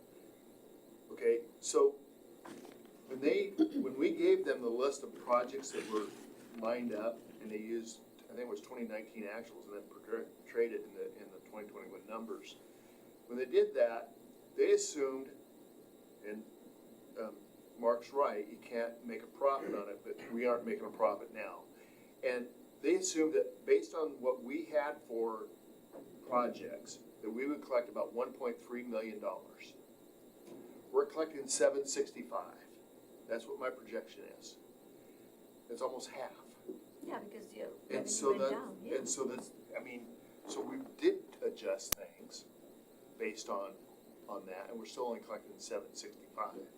So there's a problem, and I don't know if it's volume based or just what's going on, but, Yeah, but like you can just estimate some revenues based on 2023, what kind of developments are coming, and then just increase it, just play with it, increase it by 5%, 10%, 7%, 8%. You can say, hey, we are adjusting it for 8% because of inflation. I mean, you can always throw in assumptions there. Everyone Yeah. knows what the inflation number is. And just say why, and then say, you add another 2-3%, like, hey, Newcastle, our costs are going up, our staff costs are going up, and, benefits have gone up. So I can give you like 3 assumptions, and nobody can challenge me on that, and you like. They're a letter of attorney. The key is that there's no, the development's gonna go down. The fees may go up, the percentages, but the amount of development, we're running out of developable land, or redevelopable land. that's right. Yeah, that's why you need to tap on it now. Whatever is left, if we can get like $50,000-$60,000, why not? Because we know, development is going down, we don't have much land, so why not just, Right. You can only- make the most of it? Well, like Mark said, we just did that, they just studied it, and we can only charge what a defensible amount is. And it only offsets their service, their particular thing. Doesn't fix the parks, it doesn't pay for police. It's just for that one item, it's the cost of providing that permit. And that That's it. item was community development. Based on hours, average, application time, and anything above that you try to tack on, their attorney comes in and says it's not justified, I'm gonna sue the city. So it's about recouping our costs, evenly, not making a profit and so that we aren't, so it helps our budget overall. It's not fixing any deficit problems, or expenditure problems really, but like, it's maintaining that. Exactly. Other things aren't subsidizing that Right. cost. Right, You're recouping that cost. yeah. And then you have the other general. So it is fund. important to recoup that cost, I think, to Proxima's point, is to like make sure that we can be at, we want that to be right at that level, right? We don't wanna go above it, right, because we can't. And so we wanna fine tune it so that it's really, we're getting everything that we can out of it, is what you're saying, right? Yeah. And I do wanna also point out, I heard you say, a reason why developers wanna come here and would be willing to pay more is high level of service. I heard you say that. So if we were to decrease our service levels, that could put that in jeopardy. Well, Potentially. community development costs just under $1.5 million right now. At 1.3, we're not making a profit. Right. So, but still, it's volume-based to what I said before. So, it's not that we can't charge more, it's just you gotta collect more. Right, no, I understand that. Okay, anything else on Don's model? Thank you for explaining that. So, you wanna talk about next steps then? I mean, I know, we heard a couple comments about a couple things, but in terms of going forward, I don't have any changes to the budget between now and November 1st. Unless we fine tune a few things, get comments from others. But I don't wanna, this is what I don't wanna do. I don't wanna hear from 2 council members saying that we got these cuts without hearing from all 7 people. Well, whatever gets sent out, whatever the response is, we'll send it to everybody else, just so that everybody knows what the question or suggestion was and staff's response anyways. So if there's feedback or anything prior, please give me the feedback, just so that we're not having virtual meetings or anything like that. Is it okay to ask in this meeting, is everyone okay, stop me if we can't talk about this, but like, how's everyone feeling about the assumption of taking 2% for property tax? Cause I'm in favor of that, but I want for property tax. I'm just, that's coming up at our next meeting, and I wanna know if we're all on the same page for that, or is that not appropriate to talk about? That's fine, talk. Oh, you think? I think it's Okay, fine. all right. We're not voting on it, it's just, Yeah, So, I mean, so we'll vote it on November 1st. I'll just say, like, event that here. I personally am in favor of that, but I don't, I one vote. I'm in favor of it because it's only $100 and some odd thousand and 700 of it is public safety. And if people aren't in favor of it, I would love to know why. Or, unless we just debate it at the well, regular maybe, meeting, maybe the we have this question time. better phrased is, would you not support this? Right, and why? I will not, That's why. because on November 1st, we're gonna have a budget amendment to, give all this money to business, $675,000, right? And what I'm hearing, correct me if I'm wrong, but there still won't be any detail for us, right? Because what I'm hearing you say is that Mark's gotta decide how to make the grants, and that'll come later, maybe December, January. So basically, I think correct me if I'm wrong, but it sounds like in November 1st, we're gonna be asked to vote to write kind of a generic blank check for this future possible business grant support, right? So, in my opinion, we are servants of the people, and I do not feel it is right when we have other funds that we could be using instead to cover the property taxes than a super recession and telling people that we're gonna take more of your money. By the way, suck it up with the inflation, sorry about that. We're gonna give this money to the businesses instead, but we don't really know what we're gonna do with it yet. We don't have a plan, we don't have any way of really specifying what's gonna go on with the businesses, but we still need your money. Sorry, that isn't gonna fly, and So that's why I have an issue with that. Yeah, so I'm trying to understand that comment, okay? first of all, we got $3.4 million from the American Rescue Plan Act, Right. and we used it for public safety, 100% of it. Then we turned around and gave the general fund money back to the cumulative reserve to the tune of $2.4 million for future needs. And there was 18 things that council narrowed, there's a whole bunch more than that. But there was 18 things that American Rescue Plan was designed to be for, not property tax reduction. In fact, it specifically says in the state treasury guidelines, you cannot use it for property tax offset. That is specific in the rules, okay? And so when you say that we're taxing the public more, we're not taxing the public more. It's in the cumulative reserve fund to keep it separate from that. So I have a huge disconnect when we talk about property tax versus American Rescue Plan. So what I'm hearing you say when you say that you'd rather use, I guess, So I'm You would not say saying that to you'd cover rather- the property taxes, I'm saying we have other revenue that could cover that rather than taxing the people, right? I'm not saying we're gonna pay the property So taxes with, you're- I'm not saying that. Okay. hey, Rob, so correct me if I'm wrong, you're saying you would rather take 119,000, which was Well, 20,000. 120,000, That's split though. The 1% increase that that we're limited to is 60,220 or whatever. The banked amount is 590. so you would rather take that money out of the cumulative reserve fund and put it into the general fund instead of, Instead of asking taking that people for 1%. money when they're struggling with inflation and get beat to heck and people are losing their jobs. I'm not gonna go and say we need more tax money, not a chance. Even if it seems like a little amount to somebody, like, oh, it's only a few cents, I know somebody will say it, it's only a few cents. You know, it's the perception that what our government is doing to the people, and no.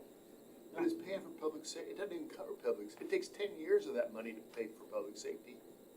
None, it's I'm just perception, asking. right? If you're at home and you just lost your job or you can't pay the gas bill or whatever, and you see that your property tax, there's no connection back to public safety. People are saying the government's coming for my stuff, that's what's gonna happen, right? I'm sorry, that's just reality, right? You can say, well, no, it's not, but But you don't shut out public safety for the sake of not paying your we bills. got the money that we can substitute for those taxes. Right, we have it. but we don't that have was the what money we created, because fiscal we're sustainability. 900 and, Yeah, but if we Thousand. can give relief to the businesses, because if we say that the businesses are struggling, so are the citizens. Well, So I if we can give relief to the businesses, then the citizens should also get a portion of it. So we can use I portion of the 400,000 from, or for 650,000 using the economic development, and then use a portion of it for the citizens. I guess we just disagree on this. There's a perception among the business community, and I know because I go out and talk to them, that some people of the council do not support them. I can tell you I don't have that reputation. So maybe some of you can figure out who you are. It's a conception that because we didn't vote for it, and your husband clearly made that clear in the council, that we were the people. Don't bring who my not- husband into this conversation, please. It was on the public record. So, anyway, we were labeled as people who didn't support the businesses. But we're not hired to support the businesses. We were elected to support the people. You're hired to support the community. People first. That's people Our that elected businesses us. are part of this community, and if you think they're not, I don't. better know that- take another look. I don't know that the city has a right to try to bail businesses out. You know, they got into business to. Look at the retail sales tax numbers. Tell me how much you don't wanna support them. I was gonna say, there's a whole leg of this revenue stool Yeah, that is local business. do you think? So I was asked what I would do about the taxes. And that's fine, that's okay. Whole other discussion, that's separate, right? So It's that's sort of- my opinion. Speak to the point, I feel like it's, I wanna get back to that, I know we can go kind of jump it around a bit. I think, I am supportive of it. I think acknowledging the broader context of, King County does like to move forward with some different levies. I recognize that there's an open space levy this year. They've done other levies in the past. The assessment is going up, so that affects the property tax rate. There is these frictions that exist. I think also you need looking at the context, talking about the idea of we are one of the least taxing cities in this county, talking about the context of like our average household income is over 190,000, and talking of the context of if you're paying property tax, you're sitting on an asset that's inherently increasing. Not that people aren't experiencing hardship, not that they're ready to, move on that asset, not that we're asking them to move on that asset, but it's an asset they do have that is increasing. And then looking at the elements we have of trying to provide the services that are hitting that friction of increasingly going up, that's why I specifically support it, but I want to frame that with the lens of people who are feeling, the way that you're feeling. I think a lot of other folks, they're not wrong in feeling that. It's, here's the context of why we're doing it, let's explain the context of why we're doing it, and let's have the conversation from that point. That's my personal view.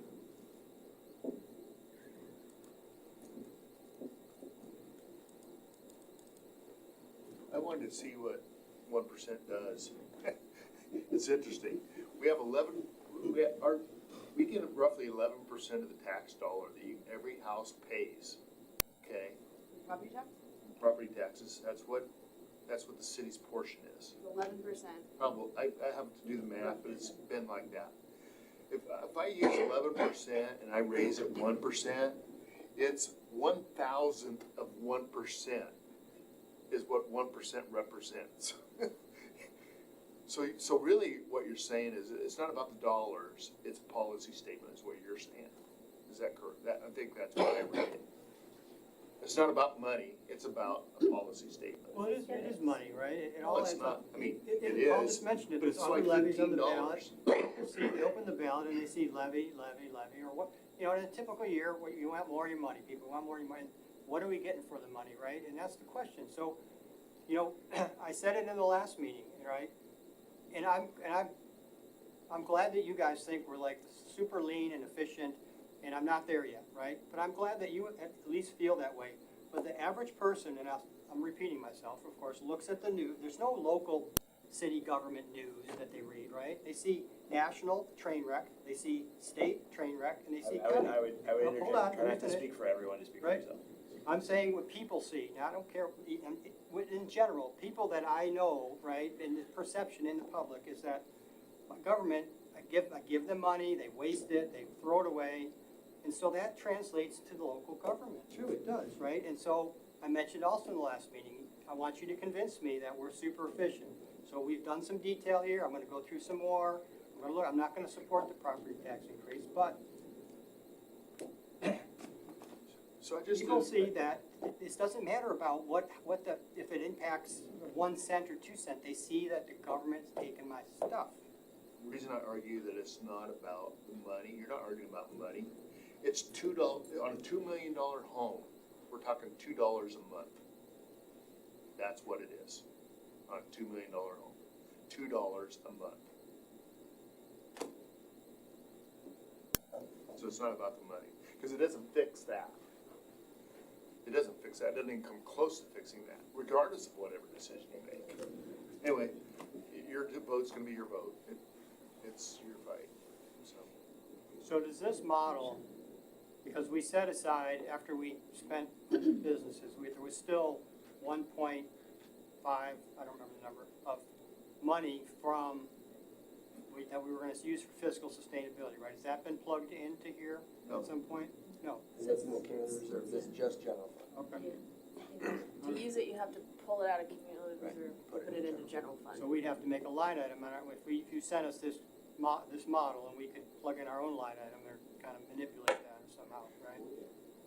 We have to vote, and we'd have to vote on that. actually, just because it would just be a single plug-in, it wouldn't be something that then carried forward.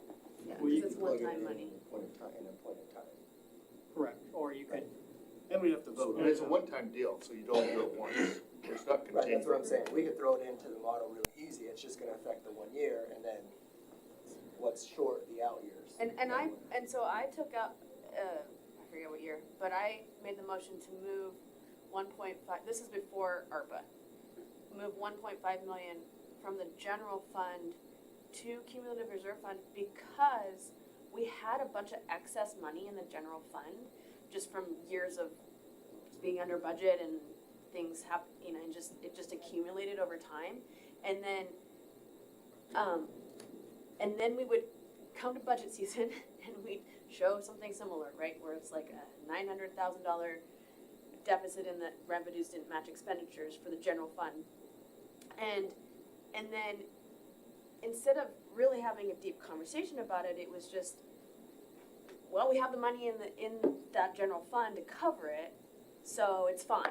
Well, I didn't like that. I wanted to be able to account for that, so that's why I moved that excess money in the general fund or I made the motion, we all voted for it, but to the cumulative funds for the reason that in the future, if we have that deficit in revenue versus expenditures, we have to, as a council, make that extra step of saying, we wanna take this money, so it's more transparent to the public, so we have to take this money and put it back in the general fund to be able to balance the budget. That's why I did that. So that's, just so you know the history on that, and so that's what we would have to do, is make that move, and so we all have to make that decision as a council, and it's not just something that's easily eaten away. Does that make sense? Well, and I guess to speak to that a little bit, that's also why, at least in the preliminary budget, we're proposing that we use ending fund balance to fill that $923,000 rather than cumulative reserve money, just because that takes, I think it takes a super majority, right, to pull money out of No, Nope. we got rid of that. But anyways, Oh, it I takes a thought vote you in the said council to move that money over.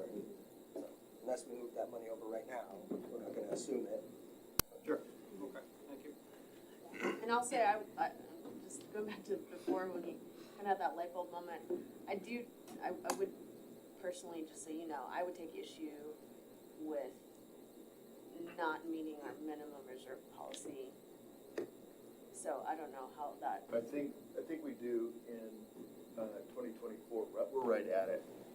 See that red, see that well, red but that's line? without, but I'm talking about with that, if we're under budget this year and you're gonna put money back into cumulative reserve. Oh, Do you yeah, know what I'm yeah, talking about? yeah. That gives me pause, Okay. just personally. Okay, I'm I'm one glad to know person. that, Yeah. because that changes a couple things, and Scott and I'll talk about that. Okay. Because that's a really good point. That was a light bulb moment for Yeah. me too. So not this year, next year, we're Well, at. actually, this year. But it would affect it, right? Yeah. The Yeah. total amount is what's affecting it. That's what Rob's pointing out, is we have that $1.5 million sitting in cumulative reserve. Yeah. So, Because for 2022 budget, for this year, for the budget, we took money from the cumulative reserve fund, $880,000, Right. and put it into the general fund. And what we're realizing today is that we might not need all of that money to balance the general fund. So if that changes and we're not taking as much from cumulative fund, I understand that reasoning, but if it affects the minimum requirements, that's where I would have pause. So before I do that, and not just the minimum requirements for 23, but the minimum requirements moving All, forward. yeah.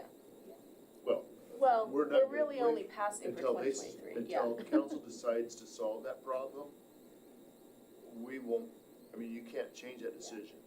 Council has to collectively make that decision about revenues. For me, it's, Or I cutting guess 5 it is, officers. Well, in 2024, you'd have to cut 8 or 9 officers.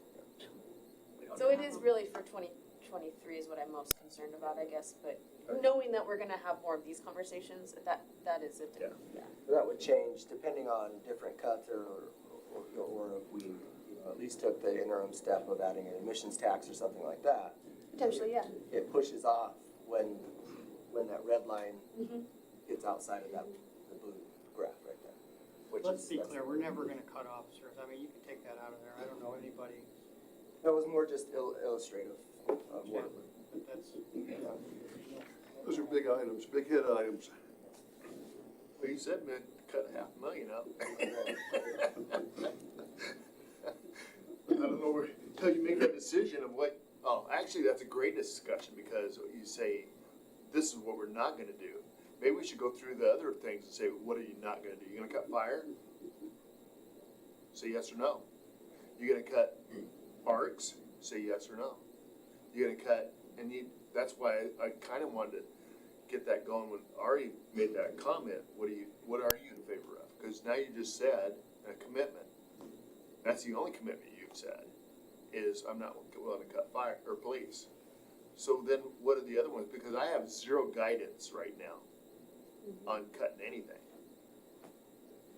We're not cutting, you don't get a vote for me for police and fire, and that's always been my position. That's great. I think everybody else is in the same camp, Yeah. To actually. be clear, that was not a recommendation. Right. I just wanted everybody to see what that, Why did you make it then?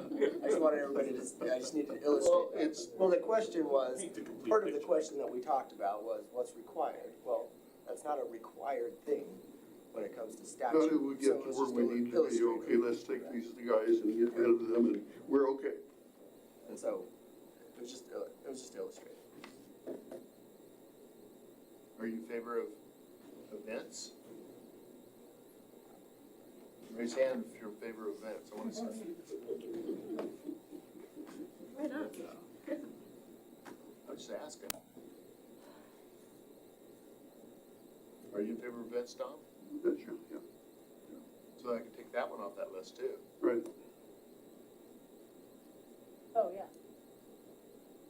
Because that's not an option either. So before I pass this out, I'll take those options off of here so that you guys can say through email what ones you do want on there. But I don't think this is gonna be a discussion for November first. We're gonna talk about 23 and how to get through 2023. Yeah, well, and that's kind of what I was trying to get out of everybody. is- Send the spreadsheet as is before you cut all those, Jeff. I'm not cutting, I just put it in line for it. I don't think we should cut it, just leave it as is. Yeah, then once we get into a larger discussion, we can play with what's in there. But certainly, as far as next steps, and Mayor, No. stop me. No, go ahead. I think next steps is if you have places where you think, or you want more information on, or especially if you have, suggestions where we could cut, or at least asking what would the impact be if we cut this thing, we'll get a response out to everybody before November first. I have one more question to pose to all the council members, is looking at this 2023 preliminary budget, do you support the idea of the deficit of revenue versus expenditures, just eating that from what's currently in the general fund? Or would you rather see some sort of movement from the cumulative reserve fund, right, some of the, like, the fiscal sustainability money that was put in there, like, is this when you wanna use that? Do you know what I'm saying? Let's see what it is when the final numbers come in. But, yeah, and I'm not saying like everyone has to answer that right now, but I do think that's something we should all be thinking about when it comes to passing the 2023 budget. That's an important question. Well, if the budget meets the minimum fund requirement, then it's just an exercise moving, it's a sort of an exercise in making us feel good to move stuff from the cumulative Well, budget, the cumulative reserve into the general budget to say, look, Well, it's well above the minimum requirement. I mean, as long as we're meeting the minimum requirement of that fund, I think it's like just a feel-good exercise to move stuff from cumulative reserve into general budget, to say, instead of it saying 3.5 million, it says 4.5 million. Right, and I mean, and that's your opinion, that's Yeah, that's fine, my and opinion. I agree, you know, and I personally kind of lean that way as well, but I think for some, I hear from other council members, it's really important to have revenues match expenditures, and so that would mean taking that. Right, so right now, let me tell you what my authority is, okay? My authority is that I have $881,000 that I can transfer. I do agree that we meet the 25% requirement. So my authority right now is I can choose or not choose as a finance director, unless I get direction different from Scott, that I will balance that and still meet the 25% requirement. Okay, I understand, I'm actually talking about the 2023, I know, Budget? I know what you are, but what I would do is I can, after February, when all of the expenditures is in, because I can't tell you what it is now. In February, I can manipulate that and see what the expenditures are, and always, always, always I have to go through and make sure everybody they get an email from me saying, pay your bills, make sure everything's in, blah, blah, blah. That's a big process in December and early January to get everybody to submit. And the vendors are horrible sometimes. King County is like the worst, and so, anyway. But by the time we get all that done, then I get a sense, because sometimes I don't know what accounts payable outstanding invoices are. And something popped up and I'm surprised. But when all that's done and said, I do that exercise of transfers in and out on the 22. And I can do that and see on, actually it's that sheet right there that you're seeing, that fund balance sheet for general fund, before I actually make the transfer, okay? I do the same thing with Jeff on all capital funds about real estate excise tax, but I'm more concerned about the general fund. When I do that, I look and see what the impact of the 23 budget's going to be, and then that is what the fund balance requirement, plus or minus, is going to be. Having said that, okay, there's a caveat to that whole thing about my authority, and that is, I can't reduce a budget without supermajority. Right. So even if I say, hey, I can lower this by X, you know, to make this fit, let's say the number's 3.5 and I say, okay, I can make it 4 million, that's an increase. But if I make it 4 million and all of a sudden I say it needs to be 3.5 and council can't collectively decide on that like they did the Parks Capital, then I don't get to change it. Because that does require supermajority.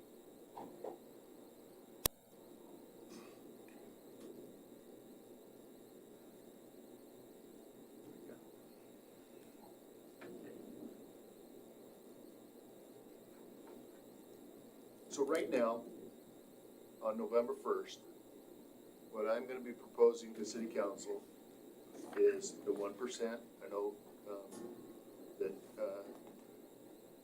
Robert has said no to it.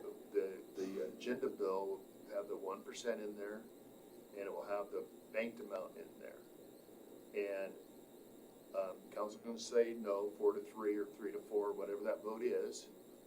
But that's what I'm taking to city council on the 1st is the whole enchilada, because in my view, that's what we need.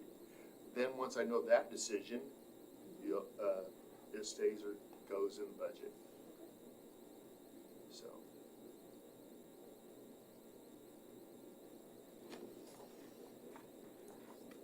And that's it. So basically, what you're seeing in ClearGov is only a correction of the $20,000 that I need to put in ClearGov that you guys have as a handout that I will add.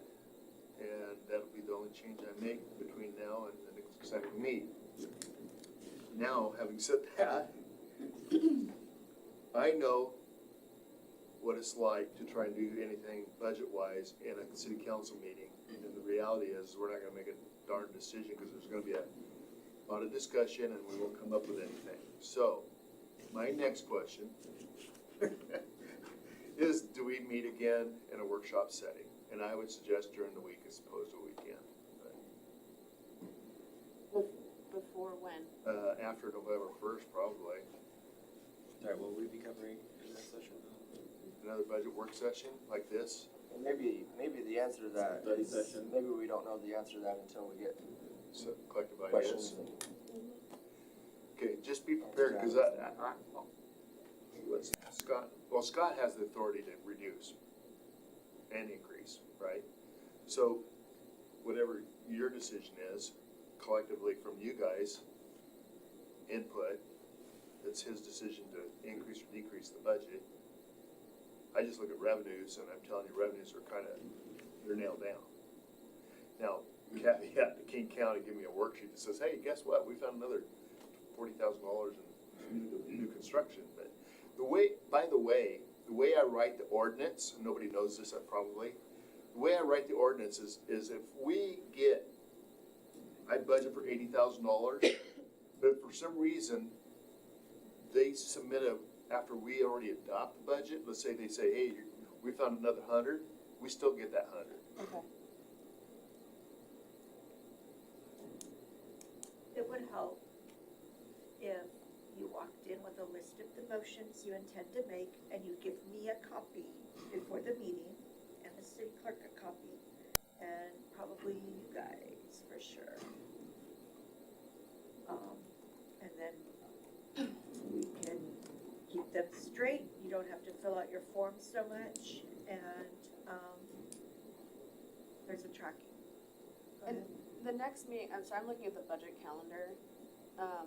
The November 1st meeting, we have the public hearing, second public hearing. Oh, that's to discuss property tax. It's mostly about property tax on the 1st, is that correct? There's a hearing on the budget. Oh, there is both, okay. Oh, yeah, and then, but are we, is the goal to make motions to change the budget on the 1st, or is that really, we should be doing that on the 15th? I would, so we've done it during council meetings and it's been chaotic. That's why I suggest doing it in another workshop, okay? Because we have too many agenda items. He gave you a planning calendar, I don't know what's on there. Well, so, So, wait, sorry, just to finish my thought, so then, there's no expectation of adopting the budget Correct. on the 1st? Okay, so there's more time to make Correct. motions and adjustments? There's so let me, I started the meeting up, but let me cement what you just said. On November 1st, we open the public hearing for property tax, we take a testimony, then we do pass that ordinance. That ordinance needs to That be. one we pass the property tax ordinance. Thumbs up, thumbs down, that's your guys' decision. Then, right after that, mayor closes the public hearing after that. We open up the second public hearing for the budget discussion. We take in the testimony, council comments, and then they close the public hearing. Then we can have a discussion, and it can be some things that we talked about collectively in emails or whatever, and you can make a decision then on the list of things that you've given Scott and the mayor. And I can make those changes after November 1st. And then we can meet again on I think it's the 15th is the next Tuesday meeting. Then we have another, that's not a public hearing, it's a budget discussion. You can do it at city council, I'd suggest we'd not, because it's just, you can't have this kind of frank dialogue. That we have, it's just. So you're suggesting having a similar, something similar to this discussion in between the meeting on the 1st and the meeting on the 15th to discuss, because we'll have more information from the public testimony, and we would potentially have more information from any questions that we've asked Scott, and we could discuss those. And also, I need a week lead time to develop the ordinance, okay? So you got holidays in there, you got Veterans Day, you got Thanksgiving weekend. And so, I've asked for that week off, by the way, for Thanksgiving. So, but still, there's plenty of time. And then, develop the ordinance of whatever it is for the December 1st meeting. Study session on the 8th, on the off week. I can't, I've got an equity commission at work. I could do, let me look at my. we can do, We can do it before council too. yeah, so, and Paul, correct me if I'm wrong, but photos are gonna get pushed back, right? Yeah, photos, I just found out there's a scheduling problem. So we can do an executive session to talk about, legal issues with homelessness and the Mercer Island ordinance that from the last meeting. We can do that on the 1st instead of the 15th. Oh, okay. And then we could use the 15th and do a 6 o'clock study session to talk about budget before we get into the meeting on the 15th, if that works. We need more than an hour, Scott. It's more than an hour. I mean, if we start at 5. You need time for budget discussion, I more than an know. hour. I don't wanna rush it. Anytime on the off week? I mean, my evenings are pretty busy. I think I need to check my work calendar. I think I could do Wednesday or Thursday that week. But I just need to check my work calendar. No problem for me on those, on the 9th or the 10th, those evenings work for people. So to be clear, we're having another meeting for the budget, right? Just the budget, right? Because on the 1st, we're gonna, instead of photos, we're gonna do an executive session. Well, I'm saying we can do that. I think that's just as of last night or something. The guy that was gonna do the So photos. this extra meeting is for the budget. Which day? Yeah, for the budget. Which day? something. That's Looking what at we're the ninth or the Or, tenth. sorry, the 9th or 10th. This is how long of a meeting, you think? How long you guys I need? mean, I'd love to start at 3. How long you Well, guys this need? would be, the ninth and tenth is not, I Well, know, okay. it's not. Here's the problem with the 8th, 9th, and 10th, is Paul needs time for my ordinance. I can't get it to you on the 15th by that time frame. Why do we need an ordinance for this Well, I guess you don't, we discussion? can do it December 1st. December 6th. Six. Okay. I don't think we need an ordinance. I mean, I'm just. All right. I'm not dictating, I'm just asking. I just don't think You're we right, do. Every year I tell a city manager, it's wishful thinking on Don's part. that, all does? I'm sorry? Doodle, I know what you said. the ninth and the tenth? So, I'm out of town the week of Thanksgiving. Yeah, me too. Me three. For the 9th. I'm pretty sure I could, like, let me just log into work. we'll send out a doodle and have Yeah. everybody. Okay. What kind of time frame do you want? Do you want a 2-hour time frame, 2-hour time frame, 4-hour time frames? 4. 2. 2. I wanna start, like, I wanna go like 3 to 7. That would be my preference. Well, I mean, if we don't need the whole 4 hours, then goody for us, but if Then it's we, two. I think, you know, to have it available, I think that's the Rush the smart thing boats. to do. It's kinda like the $10,000 in professional services, you Right, might yeah. not need it all, Right. but you have it. Yeah. Well, and I think, like I said, I think a lot will, getting some information from Rob and Pradama with changes they might see, or Tom, will, I think, plays completely into that time frame, and what changes those might bring or not bring, so. We could have those ahead of time, that would just Yeah, so, move the conversation Like I said, as soon along. as I get their requests or suggestions, we'll plug those and respond and get the response out to everybody.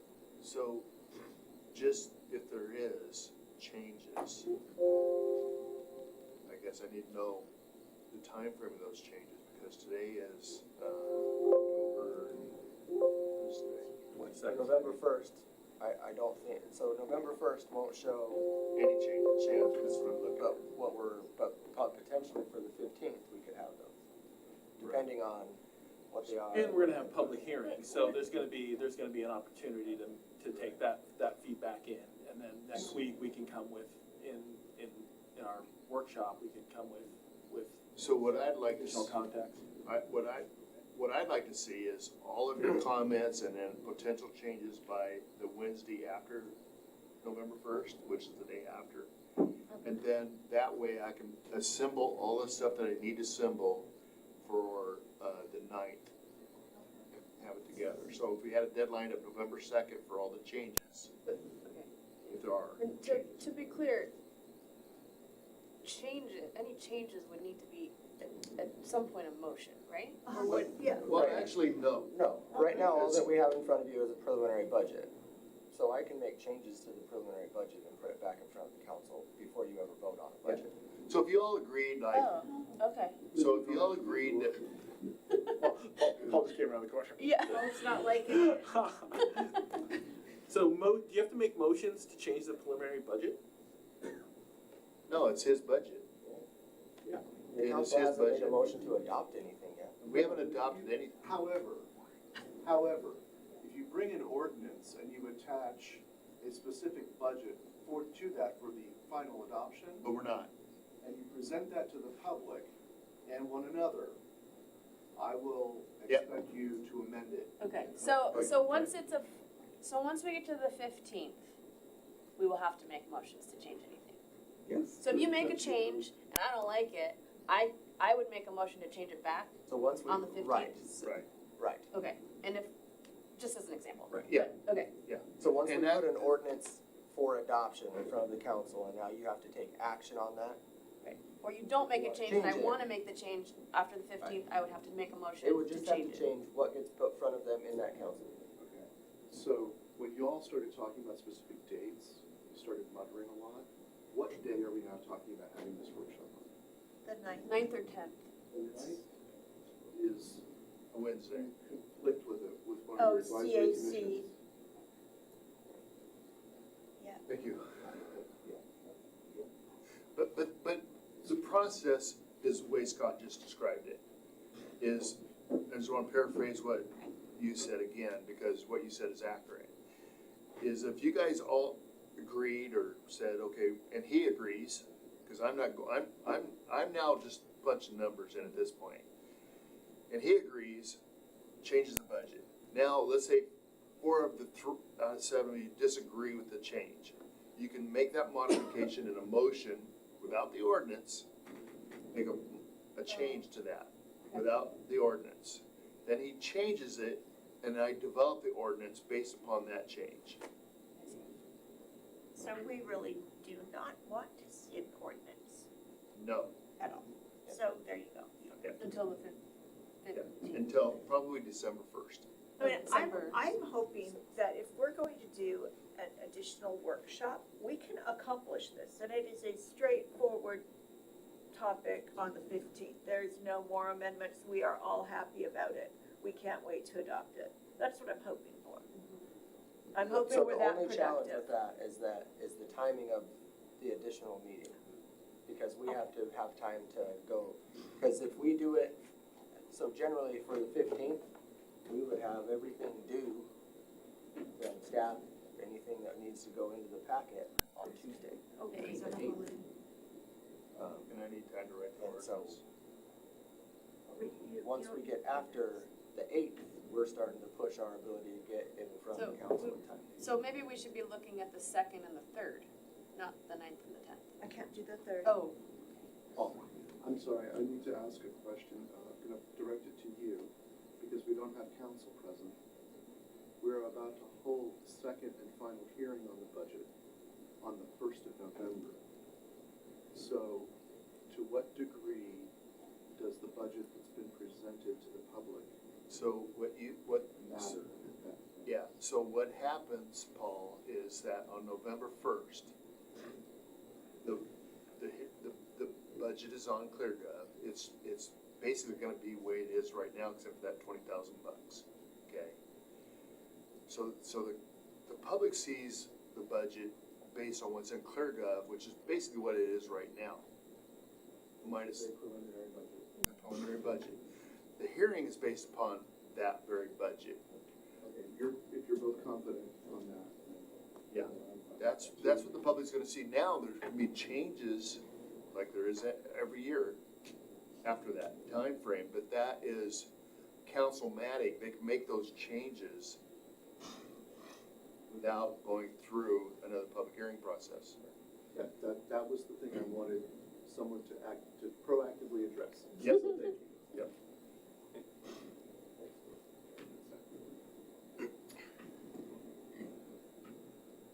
Thank you for keeping me straight.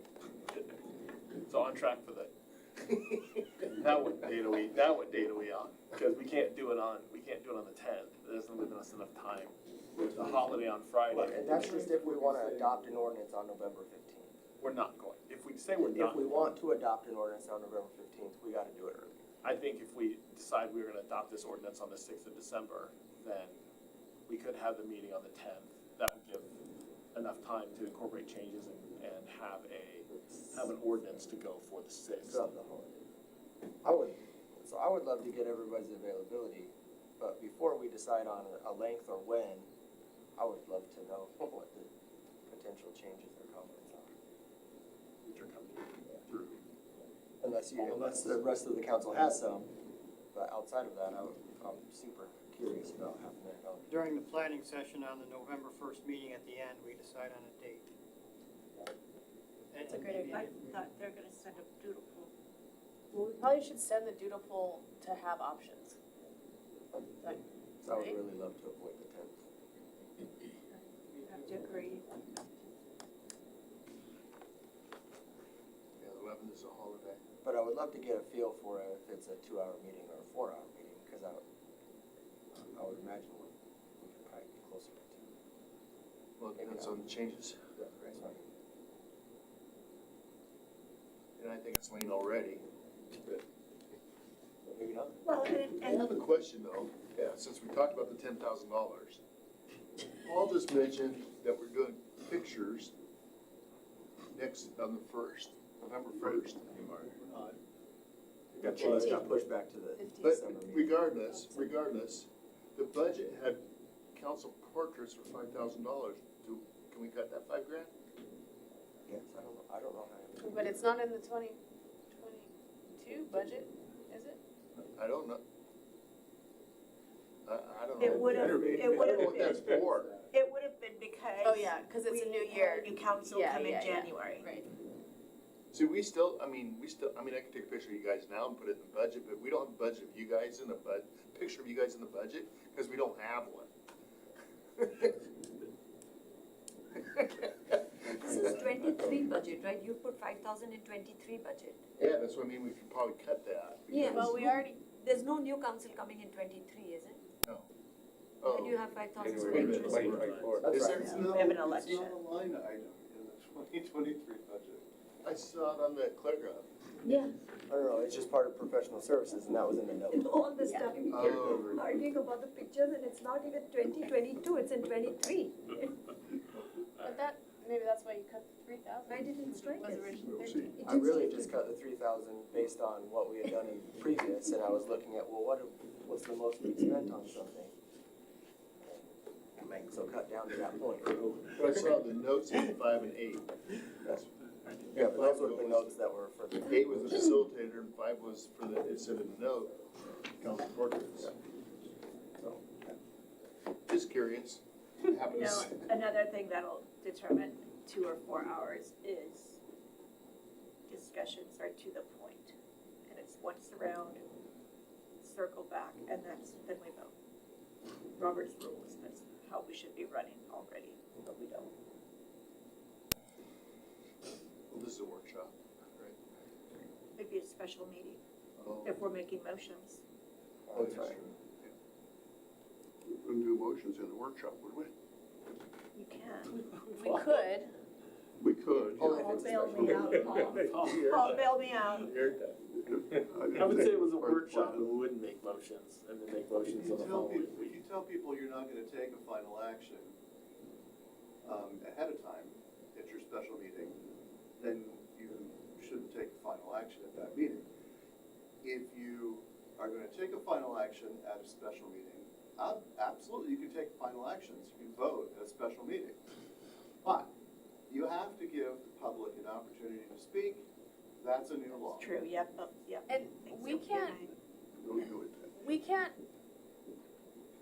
can we make motions to amend the budget before we are having the question on the table to adopt the final ordinance? So, if we're following Roberts, which we say we do, that someone would move the budget as presented. Right. So that there is a main question on the floor.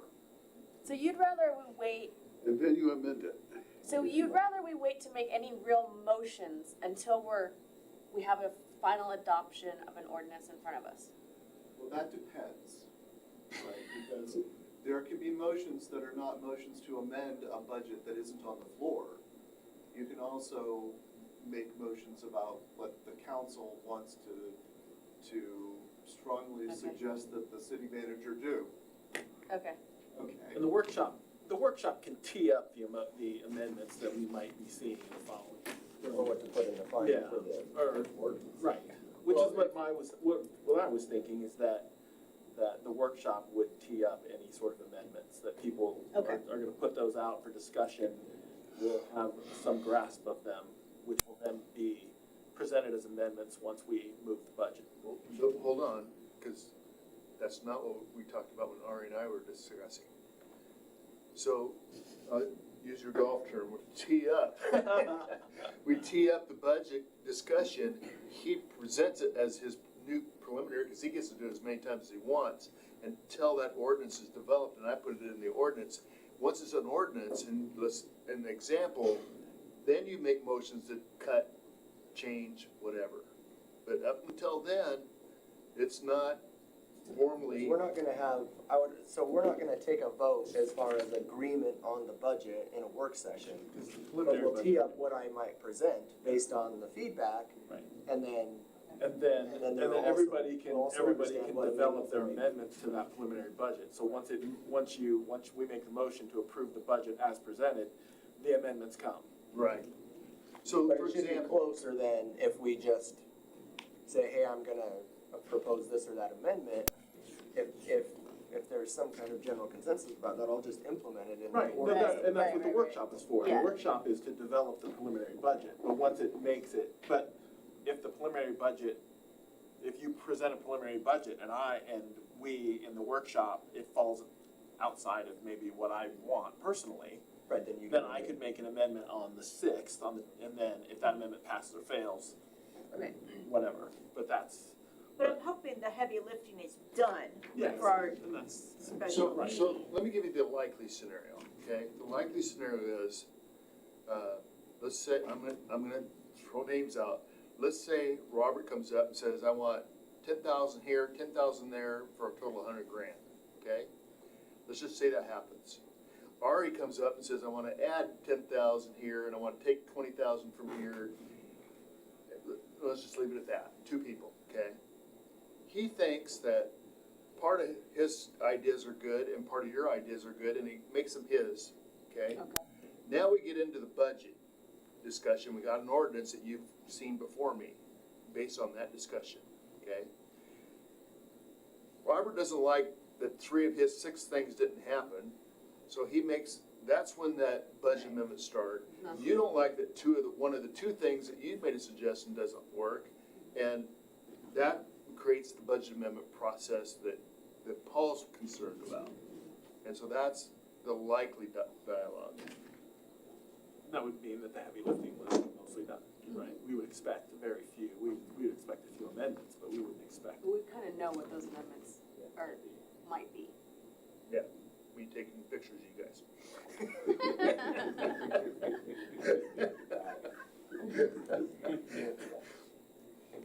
I think I'm pretty funny when I bring my camera. All right, I don't have anything else to add. If anybody does, great, but Well, in 2017, the council was working on the budget until 1:30 in the morning. No, we never went to 1:30 in the morning. We went to 11:30. We never went to 1:30. I think was on 1:30 was when I council. finally got to bed.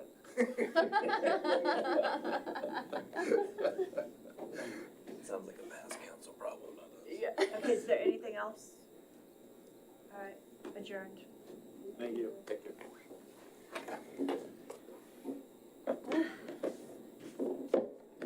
Yeah, that's, yeah. Thank you.